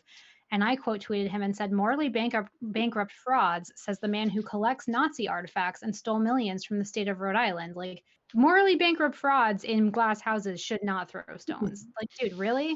I mean, not to mention the fact that a lot of people who played with him during his playing days have said that he's, quite frankly, an asshole. So yeah. At this point, do you really think that it's like saying that, I mean, the analogy I made on Twitter was buying a new car doesn't change the fact that you're a terrible driver. Like, we're not like you're not, nothing about you, Curt, has changed. You can peddle your Hall of Fame eligibility as much as you want, but like, are you going to stop tweeting before next year's ballot? Highly doubtful. And us being, well, I'm the lone non-lawyer of the three of us. We went to law school together, but I'm hoping to be joining you in April, guys. But our big thing is playing devil's advocate because that's what lawyers do. So devil's advocate, although it comes to my attention that, what's his name, Ty Cobb may not have been as bad as everyone lets on, but I don't know, I'll have to do more research into that. But, and I'm addressing this to you, Gabrielle, as well as you, Francisco and Charles. What do you say about, I'll use him as an example, Ty Cobb, but like I said, I'll do more research, who is supposedly racist, beat up a guy who was missing a hand. What do you say about letting those people in versus not letting them in now? I think follow where I'm going with it. I think, okay, so let me try and give you an answer. I think it just depends on, it was the era that he was voted in. He was one of the initial guys to get into the Hall of Fame. So Major League Baseball is not going to, or the Baseball Hall of Fame is not going to touch that or start removing people for said reasons. But I think an emphasis will be made to not highlight said people because of that going forward in the future. I'm sure the Tigers, they have their statue and all that stuff out there at Comerica Park, but they won't be talking about that. But I think it's regards to I don't know if you can say it's the same as the steroid issue, where it's like it was part of the era. We have to acknowledge it. That was part of their era. We do acknowledge that happened, but they're in now, and they were in, and they have the statistical accolades, and we can look back on it and say, okay, them as a person probably wouldn't make it under the character criteria, but we have to look back on it to learn from history and go forward from here. And we're learning from history going forward from here because we're not letting guys like Curt Schilling in. So there is progress that is happening, and you can see it now. And I would assume our generation, millennials and Gen Z going forward, will be the ones who will be making that judgment call from here on. I'm sure if this was 10 years ago, Curt Schilling would be in. He would be in. I have to agree, absolutely. And I wrote about this in my Curt Schilling piece today on girlatthegame.com, basically saying, there's definitely a conversation that can be had about removing bad apples from the Hall of Fame. But in the meantime, we shouldn't be adding more, and especially somebody at the level that Curt Schilling is at.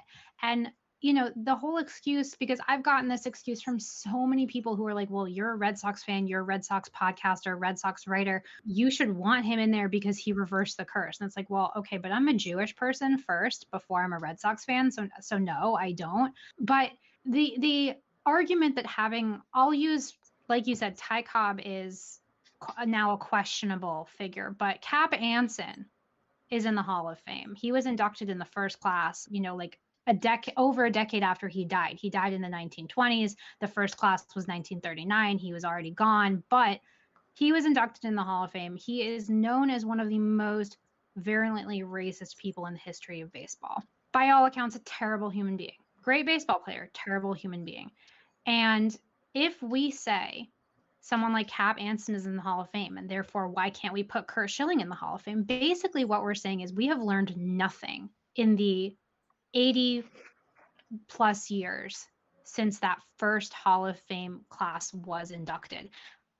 In 1939, 8 years before Jackie Robinson joined the Dodgers. Hitler is invading Poland 2 months later. There's no polio vaccine. There's no man on the moon. FDR is president. Are we really okay with saying that we as a society have learned nothing, have gotten 0% better in the 80 plus years since Cap Anson was inducted in the Hall of Fame? Like, really? That's the hill we want to die on? That's the excuse you want to make? Our world should be better. Our technology is certainly better. Modern medicine is better. So why are we okay with using a tired argument that it's okay to be as racist as we were 80 plus years ago? That to me is a completely faulty argument. And I say this as the daughter of a lawyer. So, devil's advocate me all you want. Like, 100%, like I can do devil's advocate till the cows come home. But to me, it's a completely flawed argument. It has more holes in it than a piece of Swiss cheese. You make good analogies. You would be a good lawyer. Thank you. Yeah, not the first time someone said, "Are you sure you don't want to be a lawyer?" And I'm like, "Well, don't go to law school. Don't do it. Don't do it. It's a lot of, exactly. It's a lot of law school that I don't want to do. It's a Ponzi scheme. First off, first and foremost, as I'll just tell you now, you want to be a lawyer, go to business school. On the infrastructure, not going devil's advocate because everybody's kind of going there, but pointing out the big issues, and I'll keep it brief because I know I can talk a lot. One, a lot of the stuff, some of the stuff doesn't come up until way after it's all said and done. You might find out that these candidates are really just bad human beings after the fact. They might already be elected, right? They might already be inducted.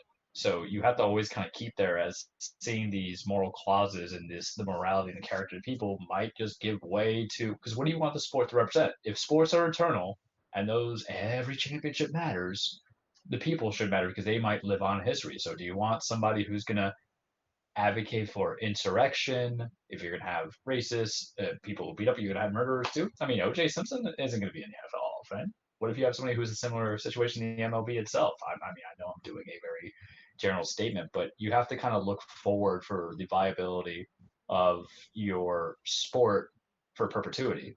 And sometimes that comes into the decision making of who you wish to enshrine as the guy. Charles, just to correct you, O.J. Simpson is in the Pro Football Hall of Fame and the College Football Hall of Fame.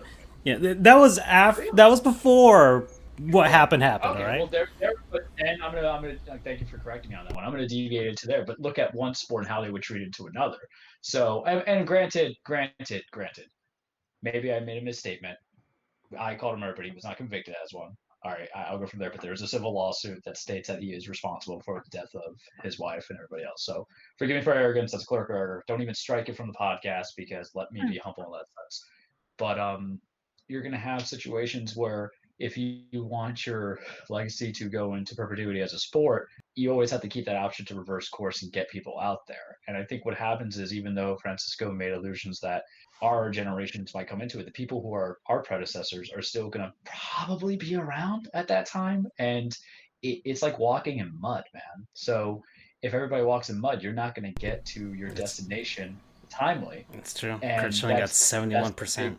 Yeah, I mean, so realistically speaking, he might get into that committee, and it might be where it's just a flavor of the week, flavor of the month situation, sure. But what if he ends up getting it years from now in the follow-up committee? Side note, I don't care for the Hall of Fame. One day I will give the full speech to it because I think it's just silly.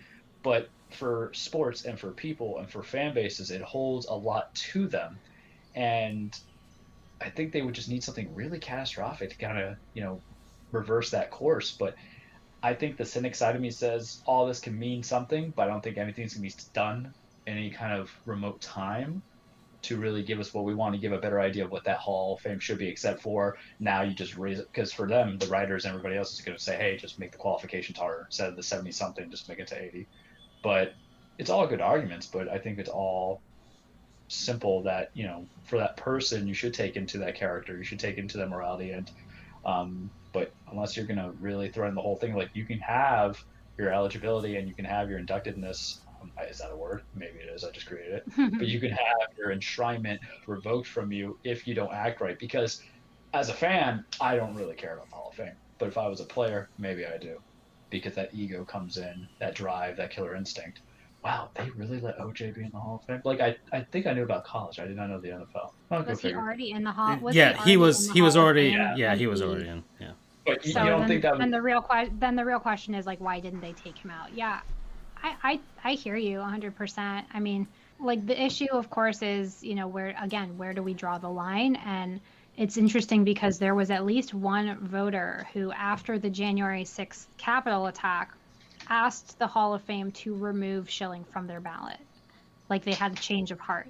And I'm not sure if the Hall actually removed that vote or not, but at least one writer, said that they didn't want to vote for Curt Schilling anymore, which, was heartening to me, but also it's like, dude, really? Like, it took him encouraging insurrection. That's what it took. Like, okay, cool. He's been terrible for like a decade now, but all right.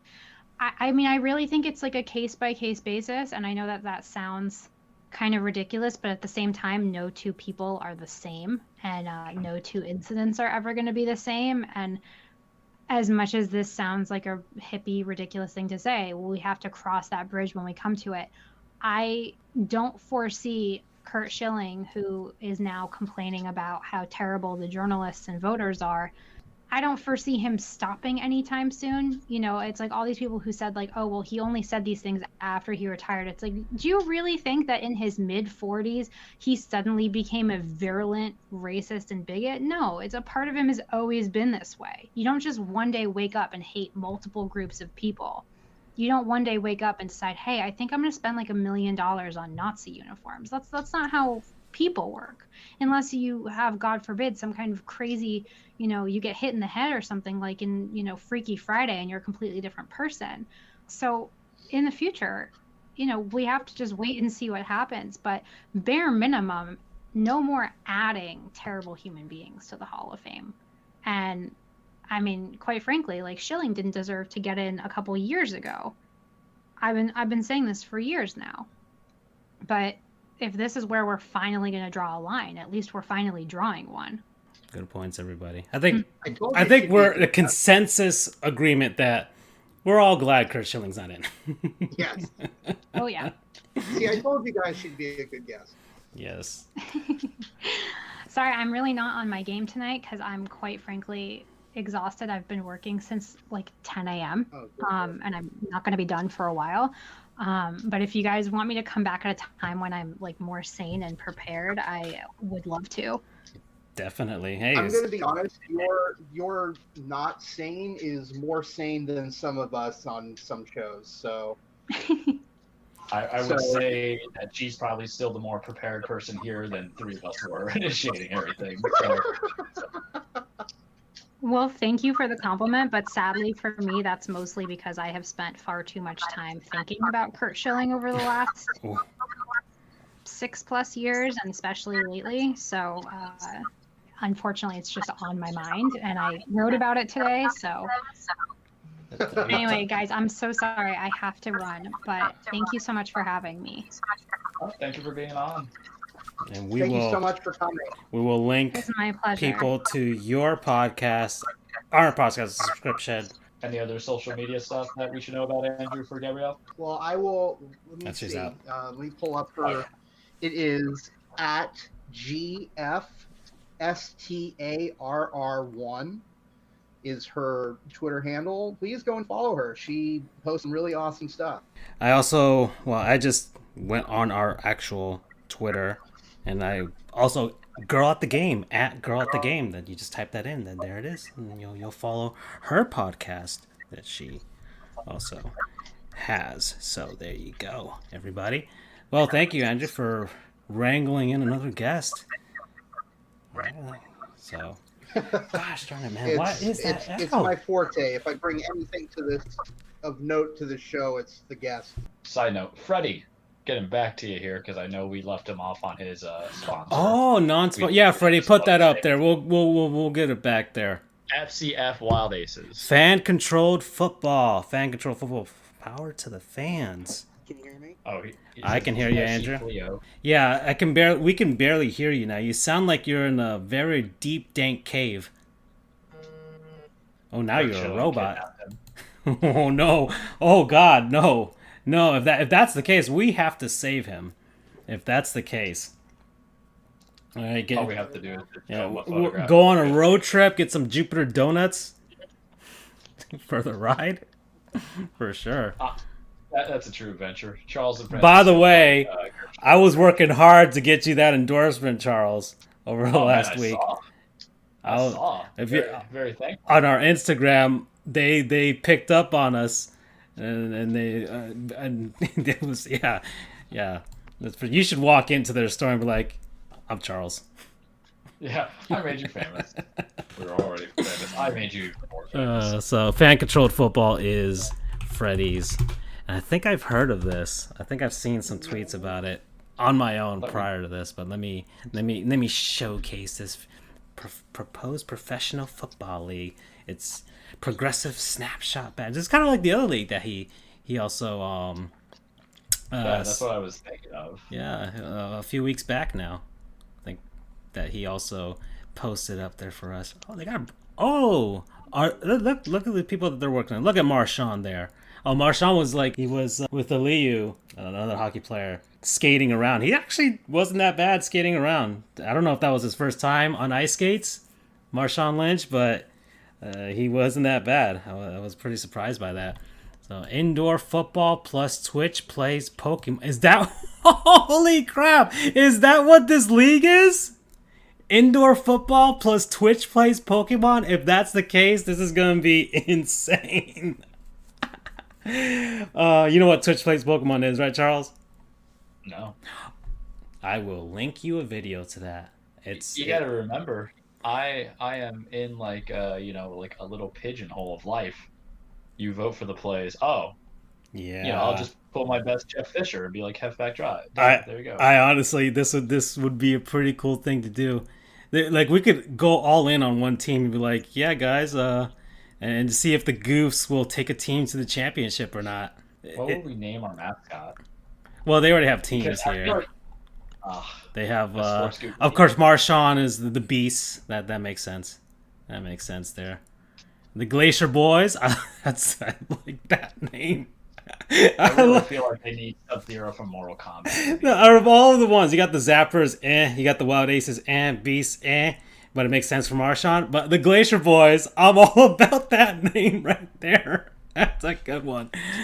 Oh man, I'm for the Glacier Boys with a Z. I don't care. It's co-owner Richard Sherman. There you go, and Destroying. Oh no, I hate that team already. Love it. Andrew, you're still faint, buddy. Yeah, look at Marshawn and Miro and Renee Montgomery, Bob Menery, Trevor May for the Zappers, and Wild Aces, Greg Miller. Wait. Miro, the wrestler, formerly known as Rusev. That's right, wrestling comes all together because Miro is a huge. Either we all go in on one team or we all choose one team, can't choose the same one, and see who comes out on top. Well, I'm picking Marshawn and Miro because, I gotta pick the Glacier Boys because I'm just all about that name. It's okay. I like Richard Sherman too. I can't support that team because Donald DeLahaye, aka Destroying, is he's not a terrible person. Kurt Schilling is a terrible person. Destroying is. Hey Siri. Remind me tomorrow to pick a fan-controlled football team. Okay. I'm really all about this. If it's like Twitch plays Pokemon, I'm sure it won't be that insanity where like everybody's like picking the worst play possible, just punting on 1st and 10 immediately. Like I doubt it's going to be anything that crazy. But I want to see how this is going to work out. First games are on February 13th. Okay, so we have some time to plan this out, and it's on Twitch. Okay. Might do a watch party. That'd be a good watch party type of ordeal there. Yeah. Thanks, Freddie. Thanks for bringing this to our attention. For sure. I like this. It brings apart all our favorite people. Yeah, exactly.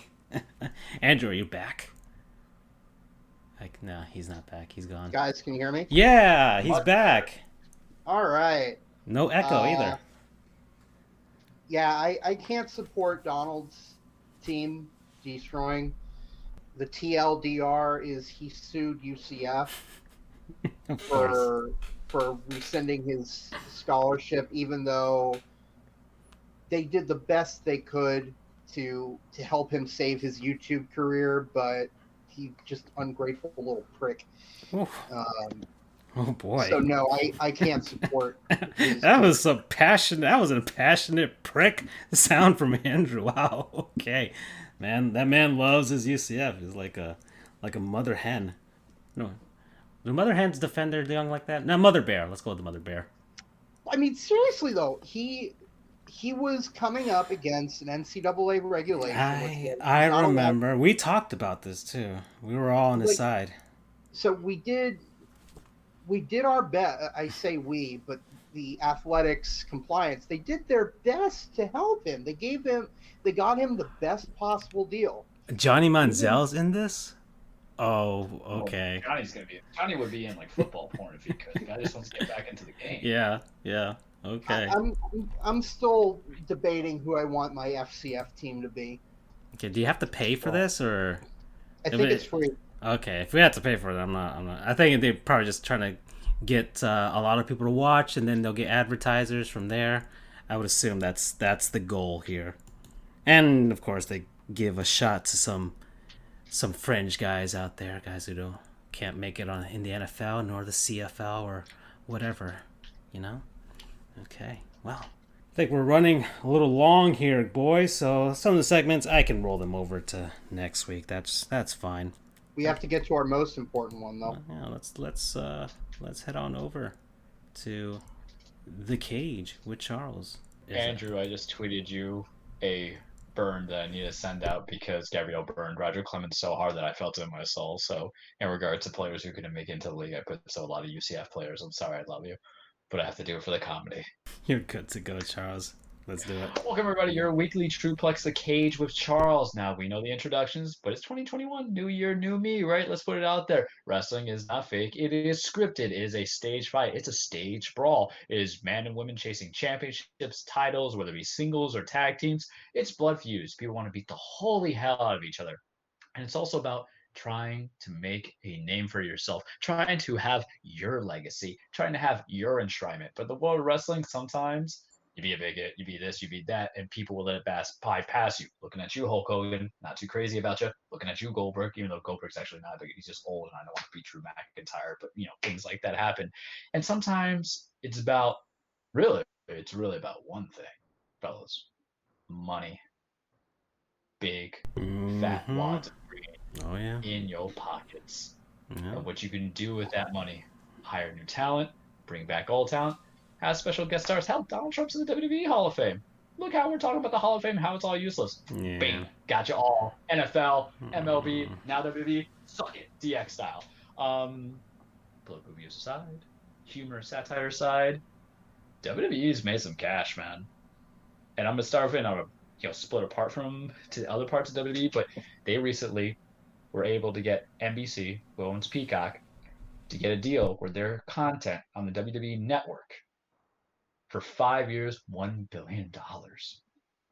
Holy crap. And here's the craziest thing, because I'm looking at these details like crazy, because the I can say pandemic, right? We don't get striked if I say pandemic. Nah, it doesn't matter. Right. YouTube's already suspended us. I don't care no more.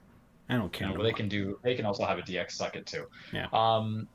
So when the pandemic first hit about a year ago, close to a year ago, WWE and Vince made all these measures to save as much money as possible, so they are not affected by any of the pandemic-related incidences that might cause a loss of revenue. If you remember, not necessarily a year prior, but several months prior, because we've been doing the show so long that to bring it together, they had signed a $1 billion deal with Fox to broadcast their content on SmackDown and some other, not pay-per-views, but reruns. And also they had the Talking Smack show.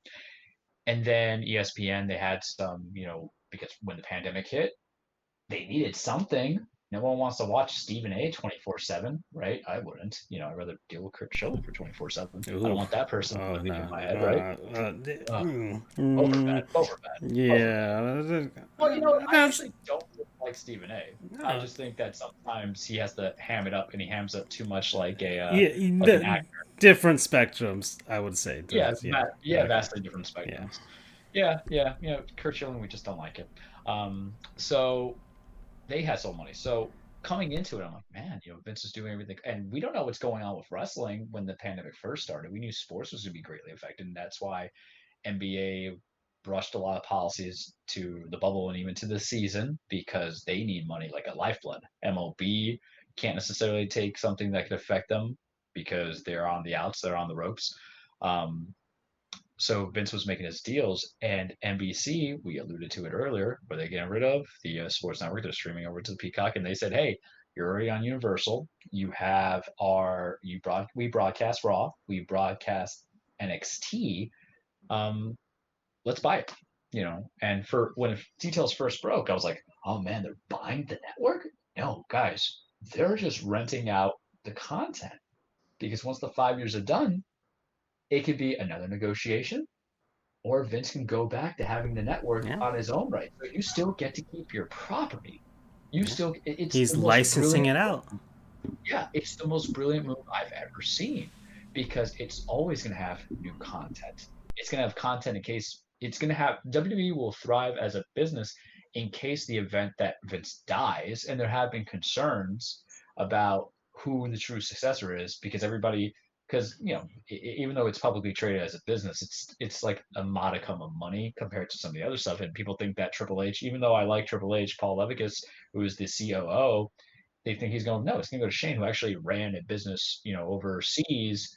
I think he did some startup companies, and then other people that you bring in, you have a brain trust because it's about legacy. But $1 billion ain't no joke for a guy that. And I remember when the pandemic and the cuts hit, I said, listen, it makes sense. I don't like it, but you have to do everything to preserve. Look what he did. He brought in 5 years worth of guaranteed money. And what it does is NXT, it gets a renewal, right? It doesn't get because if it gets canceled, then, it's one thing, you lose out. You have to go back to putting NXT onto the network or whatever. Raw, it puts a lot of safeguards. Maybe it also creates the interest in SmackDown, which is currently owned by Fox. So when that licensing expires in about 4 years and the content on Peacock is good, what if NBC wants the whole shebang?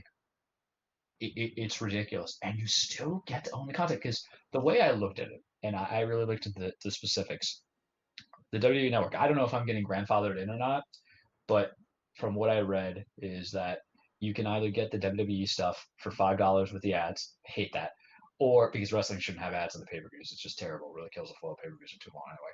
Or you can get the ad-free version of it for $10. I already pay $10 a month. I've done the WWE Network as a non-sponsor for $9.99 a month for thousands of hours of content for a wrestling purist is just ridiculous. It's going to be good for a casual fan as well to have, because I'm always at least watching the pay-per-views, the new ones. I'm watching Royal Rumble this weekend. Do I watch some of the old stuff? Sometimes.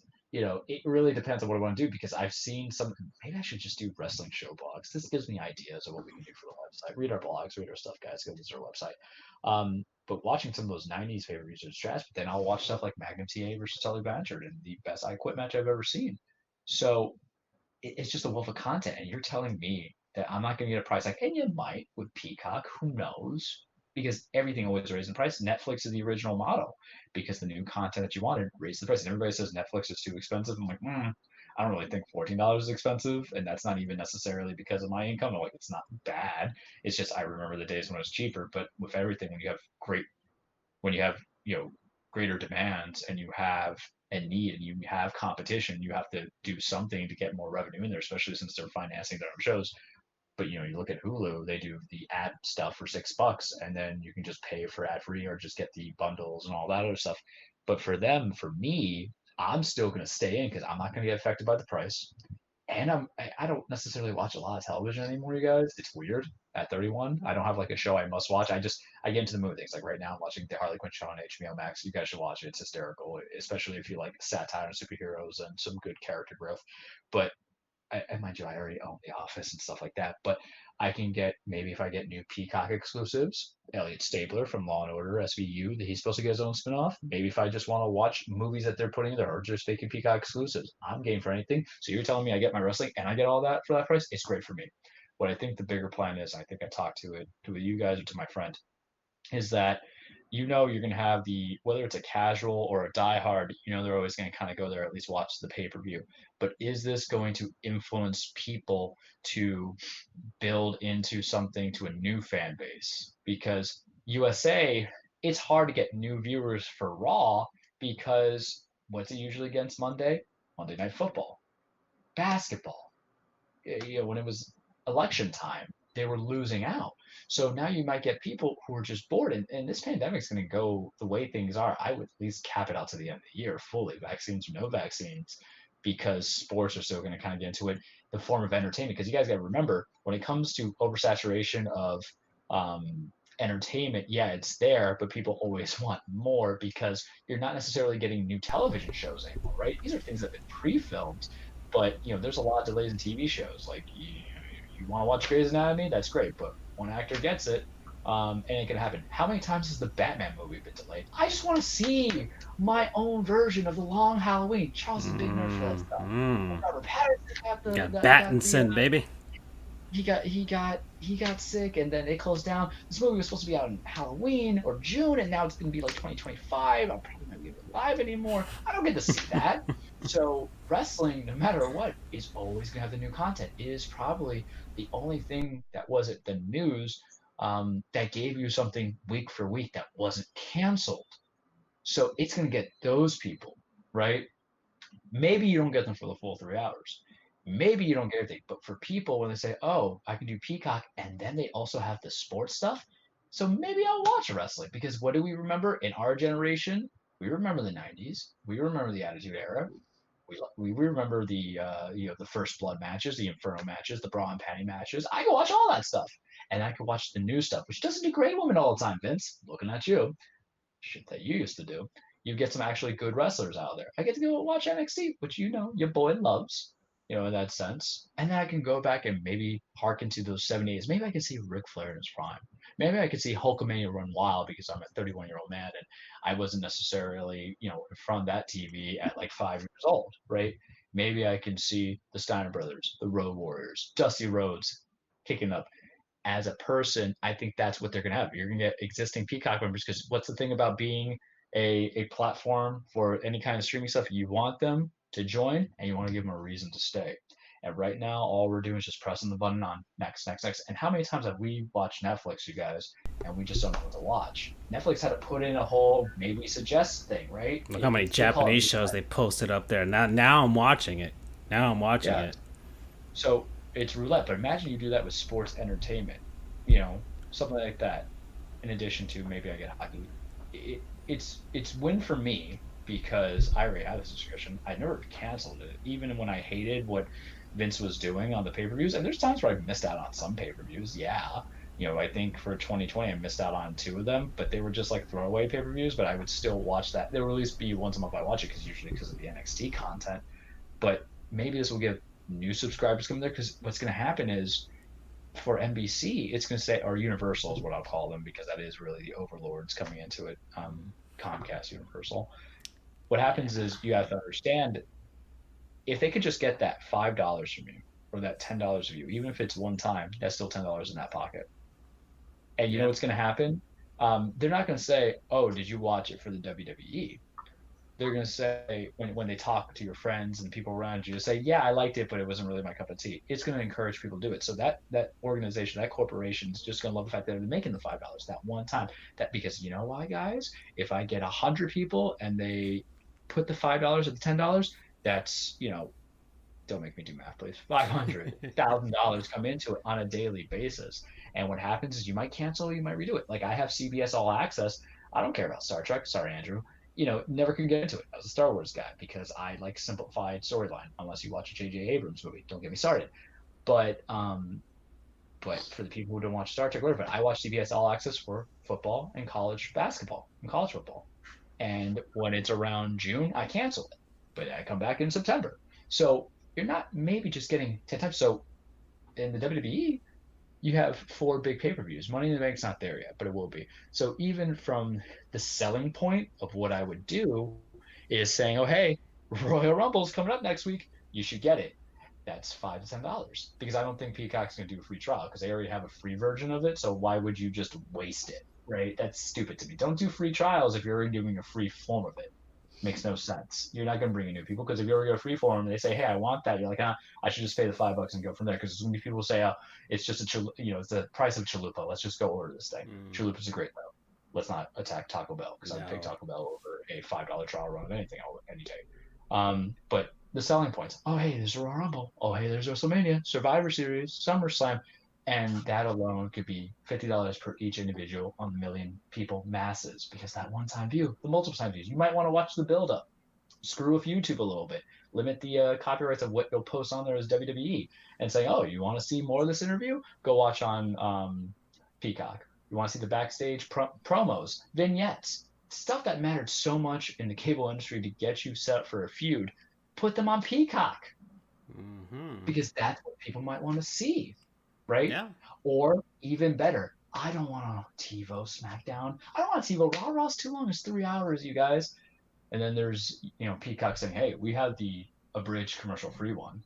So that's what I was thinking. You can have like a series, like okay, here's blah blah blah blah blah bit. They do that for Dragon Ball Z on YouTube. So for the fans who've done that, it really just it's it's win-win for the viewer.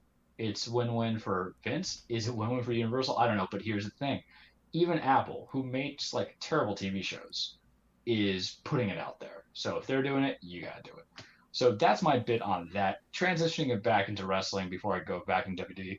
New Japan, they had the New Beginnings. On the 30th, January 30th, the day before Royal Rumble. Only headline match I'm looking into is Hiroshi Tanahashi's challenging Shingo Takagi for the never open weight. Guys, I've been watching a lot of New Japan stuff lately. Not like the full matches, but I've just been watching like weird startups, like the G1 Climax matches. I was watching Jeff Cobb versus John Moxley in their qualifier. I was watching my boy Minoru Suzuki, the King, slapping the hell out of Timmy Thatcher in a independent program, and it was just muy fantastico. I was a big fan of it. Coming into all that stuff, I'm hoping Shingo and Hiroshi have a great match. I don't want Hiroshi to win, even though I respect the ace. I have reservations about the never open weight title because the way it goes into is right now it's your second strongest belt. Because what's the problem? The IGWP title or IWGP heavyweight championship and intercontinental title are on the same person, Makoto Ibushi, because they're the double belts. So then they need a proper secondary title. So that would be never open weight title. John Moxley has the U.S. title, but he hasn't been able to go to New Japan because of the pandemic and because I think AEW and New Japan have a little bit of an issue with licensing rights. So they're really hyping it up, but Tanahashi's kind of seen it all done now. He's been a vet for, I want to say 14 years. I don't know how many titles he's won. I can't give you the full numbers. It's a pain in the butt to research this stuff, guys, because I know, you know what bothers me about research? I think you both can agree with me. You feel your age because stuff that you remember the other day, a year ago, several years ago that came out like lightning. Dude, like you try to remember, like, I gotta Wikipedia this. I used to know this stat. Now it bothers me. I expect a great match coming into it. If it's actually good, I'll send you guys a YouTube clip so I can educate you on the better of New Japan's. AEW, we're getting there. It's a slow start right now, kind of building into it. They're still doing the cross brands of TNA Impact. I know it's Impact, but I call it TNA Impact because that's what we really remember it as. And versus AEW, there should be there's a main event of Dynamite. I think it's gonna be the Dark Order going against the Good Brothers from Impact and the Young Bucks, who are your AEW tag team championships. Expect some, weird stuff going on there where there's going to be some continuing feuds because it's going to lead to the Young Bucks versus the Good Brothers at a pay-per-view. They trademarked I believe a pay-per-view called Battle of the Belts. So maybe that's going to lead to some unified titles. You know my opinion on it if you listened to the show last week. I'm not crazy about it because I think it's going to stifle some storylines. I think it's going to hide back some of the guys who need more seasoning in matches and also hide away the stars from the television show. Because if I'm Impact, I wouldn't want to send anybody who's not because who needs the views more, AEW or Impact? It's Impact. They have their own Twitch channel so people can watch. They have to go on Pluto TV. They don't have the sponsorship from TNT, man. So they're going to want to send you the best of their best. So I don't know if it really even benefits AEW because AEW has only been in business for a year plus. You don't need these dream matches from another brand and organization. You want to have your own stars to build and quality and give you quality matches and give you quality promos. So I don't know if it's the full win thing or if it's just going to muddle the farm. Back to WWE because I won't talk about Ring of Honor or anything like that right now. They're not doing anything for me that tickles my fancy. The Royal Rumble's this week, guys. I'm going to watch it. As we know about the Royal Rumble, 30 men, 30 women enter because there's going to be a men's Royal Rumble, women's Royal Rumble. Winner, last person standing, after everybody's been thrown over the top rope, gets a guaranteed title shot at WrestleMania. No guarantees at the main event anymore. And I kind of miss that. I kind of wish that they have it, but what happens is normally part-timers are the ones who've been closing it lately. Last year, it was Drew McIntyre versus Brock Lesnar in a very brief match. That ended, even though people don't like Brock because he's a part-timer. I love me some Brock. But then there was a couple of years where it was Taker and Roman Reigns, where Roman won over Taker, and that wasn't even a Royal Rumble victory right there. That was just a feud that they built from the Royal Rumble. But the Royal Rumble is always good to kind of build feuds. Last year, what do we know? We had Edge's return, and he eliminated Randy Orton. What did that give us? Probably the best feud of 2020 coming into. Guess what? Edge is back. He declared for the Royal Rumble. If there was a fans going to be there, I would not have announced this thing. I would let it be another big, oh my God, he's back. But yes, Andrew, he was literally injured. He had a triceps injury, so he was out for several months, but he's back in. He could be a dark horse because I can't really give you full predictions of who I think is going to win. And that bothers me because Vince has kind of done this stop, forceful pushing kind of some wrestlers and let it happen organically. But I think he's really doing it, such as Cesaro and Shinsei Nakamura, but I think he's doing it just for the Elimination Chamber that's coming next month. So I don't know who's being force fed down my mouth. And I've been trying to create this list and idea of who I came to. Last week we talked about it, where I think we're going to get either Keith Lee, who wins, and he's been on Raw, and I don't like how he's been pushed, even though he had a WWE Championship match against Drew McIntyre. I don't like the character they've done for him because I felt like he hasn't really beaten anybody big. So if he wins, I think he'll probably go and fight Roman because they have a little bit of history together when they squared up at Survivor Series. Not last year, but the year prior, because I have to remember that we're in 2021 now, not 2020 when I make my references. The other people it could be Daniel Bryan, but I feel like that's so on the nose because even though he's saying, yes, I'm the best challenger, I can beat Roman Reigns, he doesn't really need to win the Royal Rumble per se for his legacy. I know he's winding down. If he just wants to challenge Roman Reigns, just let him challenge Roman Reigns. That's what the Elimination Chamber is there for, to build that building blocks. They're going to bring back, I think, Fastlane, or he could just challenge him at Mania, and then you can have Roman absolutely wreck him because I would love that heat that comes in there. But it could be Bryan, it could be Lee, it could be Edge as a dark horse. What I'm really looking forward to with the Rumble, though, is Randy Orton. Bless you, I think if someone's sneezing in the background. Randy Orton and The Fiend, because Randy Orton, there's been some side stories, him and Fiend, he lit the Fiend on fire at TLC. Alexa Bliss lit his face on fire, Randy Orton's face on fire, and he was going this whole like I'm a monster now. But Raw ended last night where she was challenging Asuka for the women's championship, about to win, and Randy came out of nowhere and RKO'd her. Now I'm not big on men and women intergender wrestling or the violence, but damn, is it good for the storyline? Because what happens is the Fiend, this monster, and Alexa, this mistress of the monster, as I'll call her, has been kind of having a bit of a change. They're no longer the bad guys. Now they become like the anti-heroes. And it's all because of Randy Orton and his stupid punchable face. And I love it.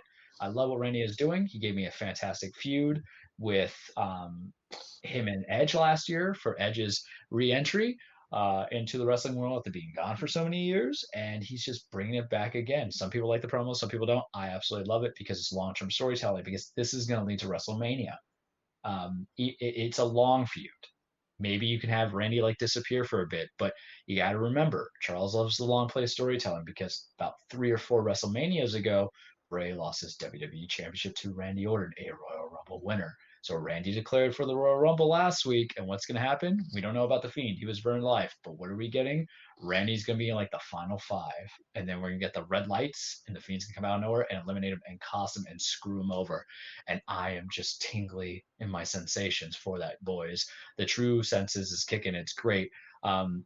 Women's Royal Rumble, because we were talking about it. The only person that I logically think that can win this that isn't returning, because Becky Lynch ain't coming back. She just had the kid in December. She's not in shape. She probably wants to be with her child. I think it's going to be Rhea Ripley. Rhea Ripley was the NXT champion last year, because remember, they were having the not cross promotions, but they were trying to hype up NXT a little bit. They were introducing, that was really the only thing that was introduced at their WrestleMania, and Charlotte beat her at WrestleMania. And I think what they're going to do is Rhea has nothing really going on anymore in NXT. She's 23. She's been NXT Women's Champion in the NXT UK brand and the NXT Women's Champion there. Call her up, have her win the Royal Rumble. Have Asuka, and I love me some Asuka, but Vince is never going to book her right, so it's just terrible. Have Charlotte once again win, and I hate it because this will make Charlotte like a third. She's the John Cena of women's champions, and they just got to give Charlotte a new character. I can't deal with this queen thing now. She calls herself Miss WrestleMania. I'm like, no one's called you that. Get over it. Come on. And it's not her. It's the writers. It's creative, because Vince ruins everything I like. But have Rhea win, have Rhea challenge Charlotte at Mania, and have her take that title. Oh, boys. Oof. Oh, it's just so good. It's basically, to me, it's like Obi-Wan Kenobi versus Anakin Skywalker, Revenge of the Sith, and then Obi-Wan Kenobi versus Darth Vader in New Hope. And yes, I understand Anakin was already Vader in Revenge of the Sith, but he wasn't really fully transformed yet. Come on, we both know this. But those are kind of my predictions, and that's where I leave it at the Royal Rumble. There's other titles going on. It's Kevin Owens versus Roman Reigns, Part 3. In this last couple months, technically be Part 4, in a last man standing match. We know Owens is going to lose, but what I loved about the build is that they make you feel that he actually has a shot at winning. But Roman, that tribal chief's going to have that title for a long time. Well deserved. Drew McIntyre versus Goldberg. I really don't care. That's what it is. Goldberg can take it. Goldberg can beat it. That's fine because I'm kind of done with Drew's character. And I like Drew. It's just the guy has held the championship for, if he won his championship in April at WrestleMania, he's had the title for 11 months almost.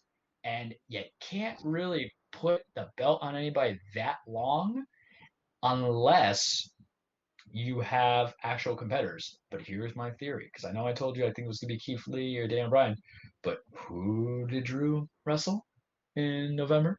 A certain Roman Reigns at Survivor Series, Battle of the Brands going at it.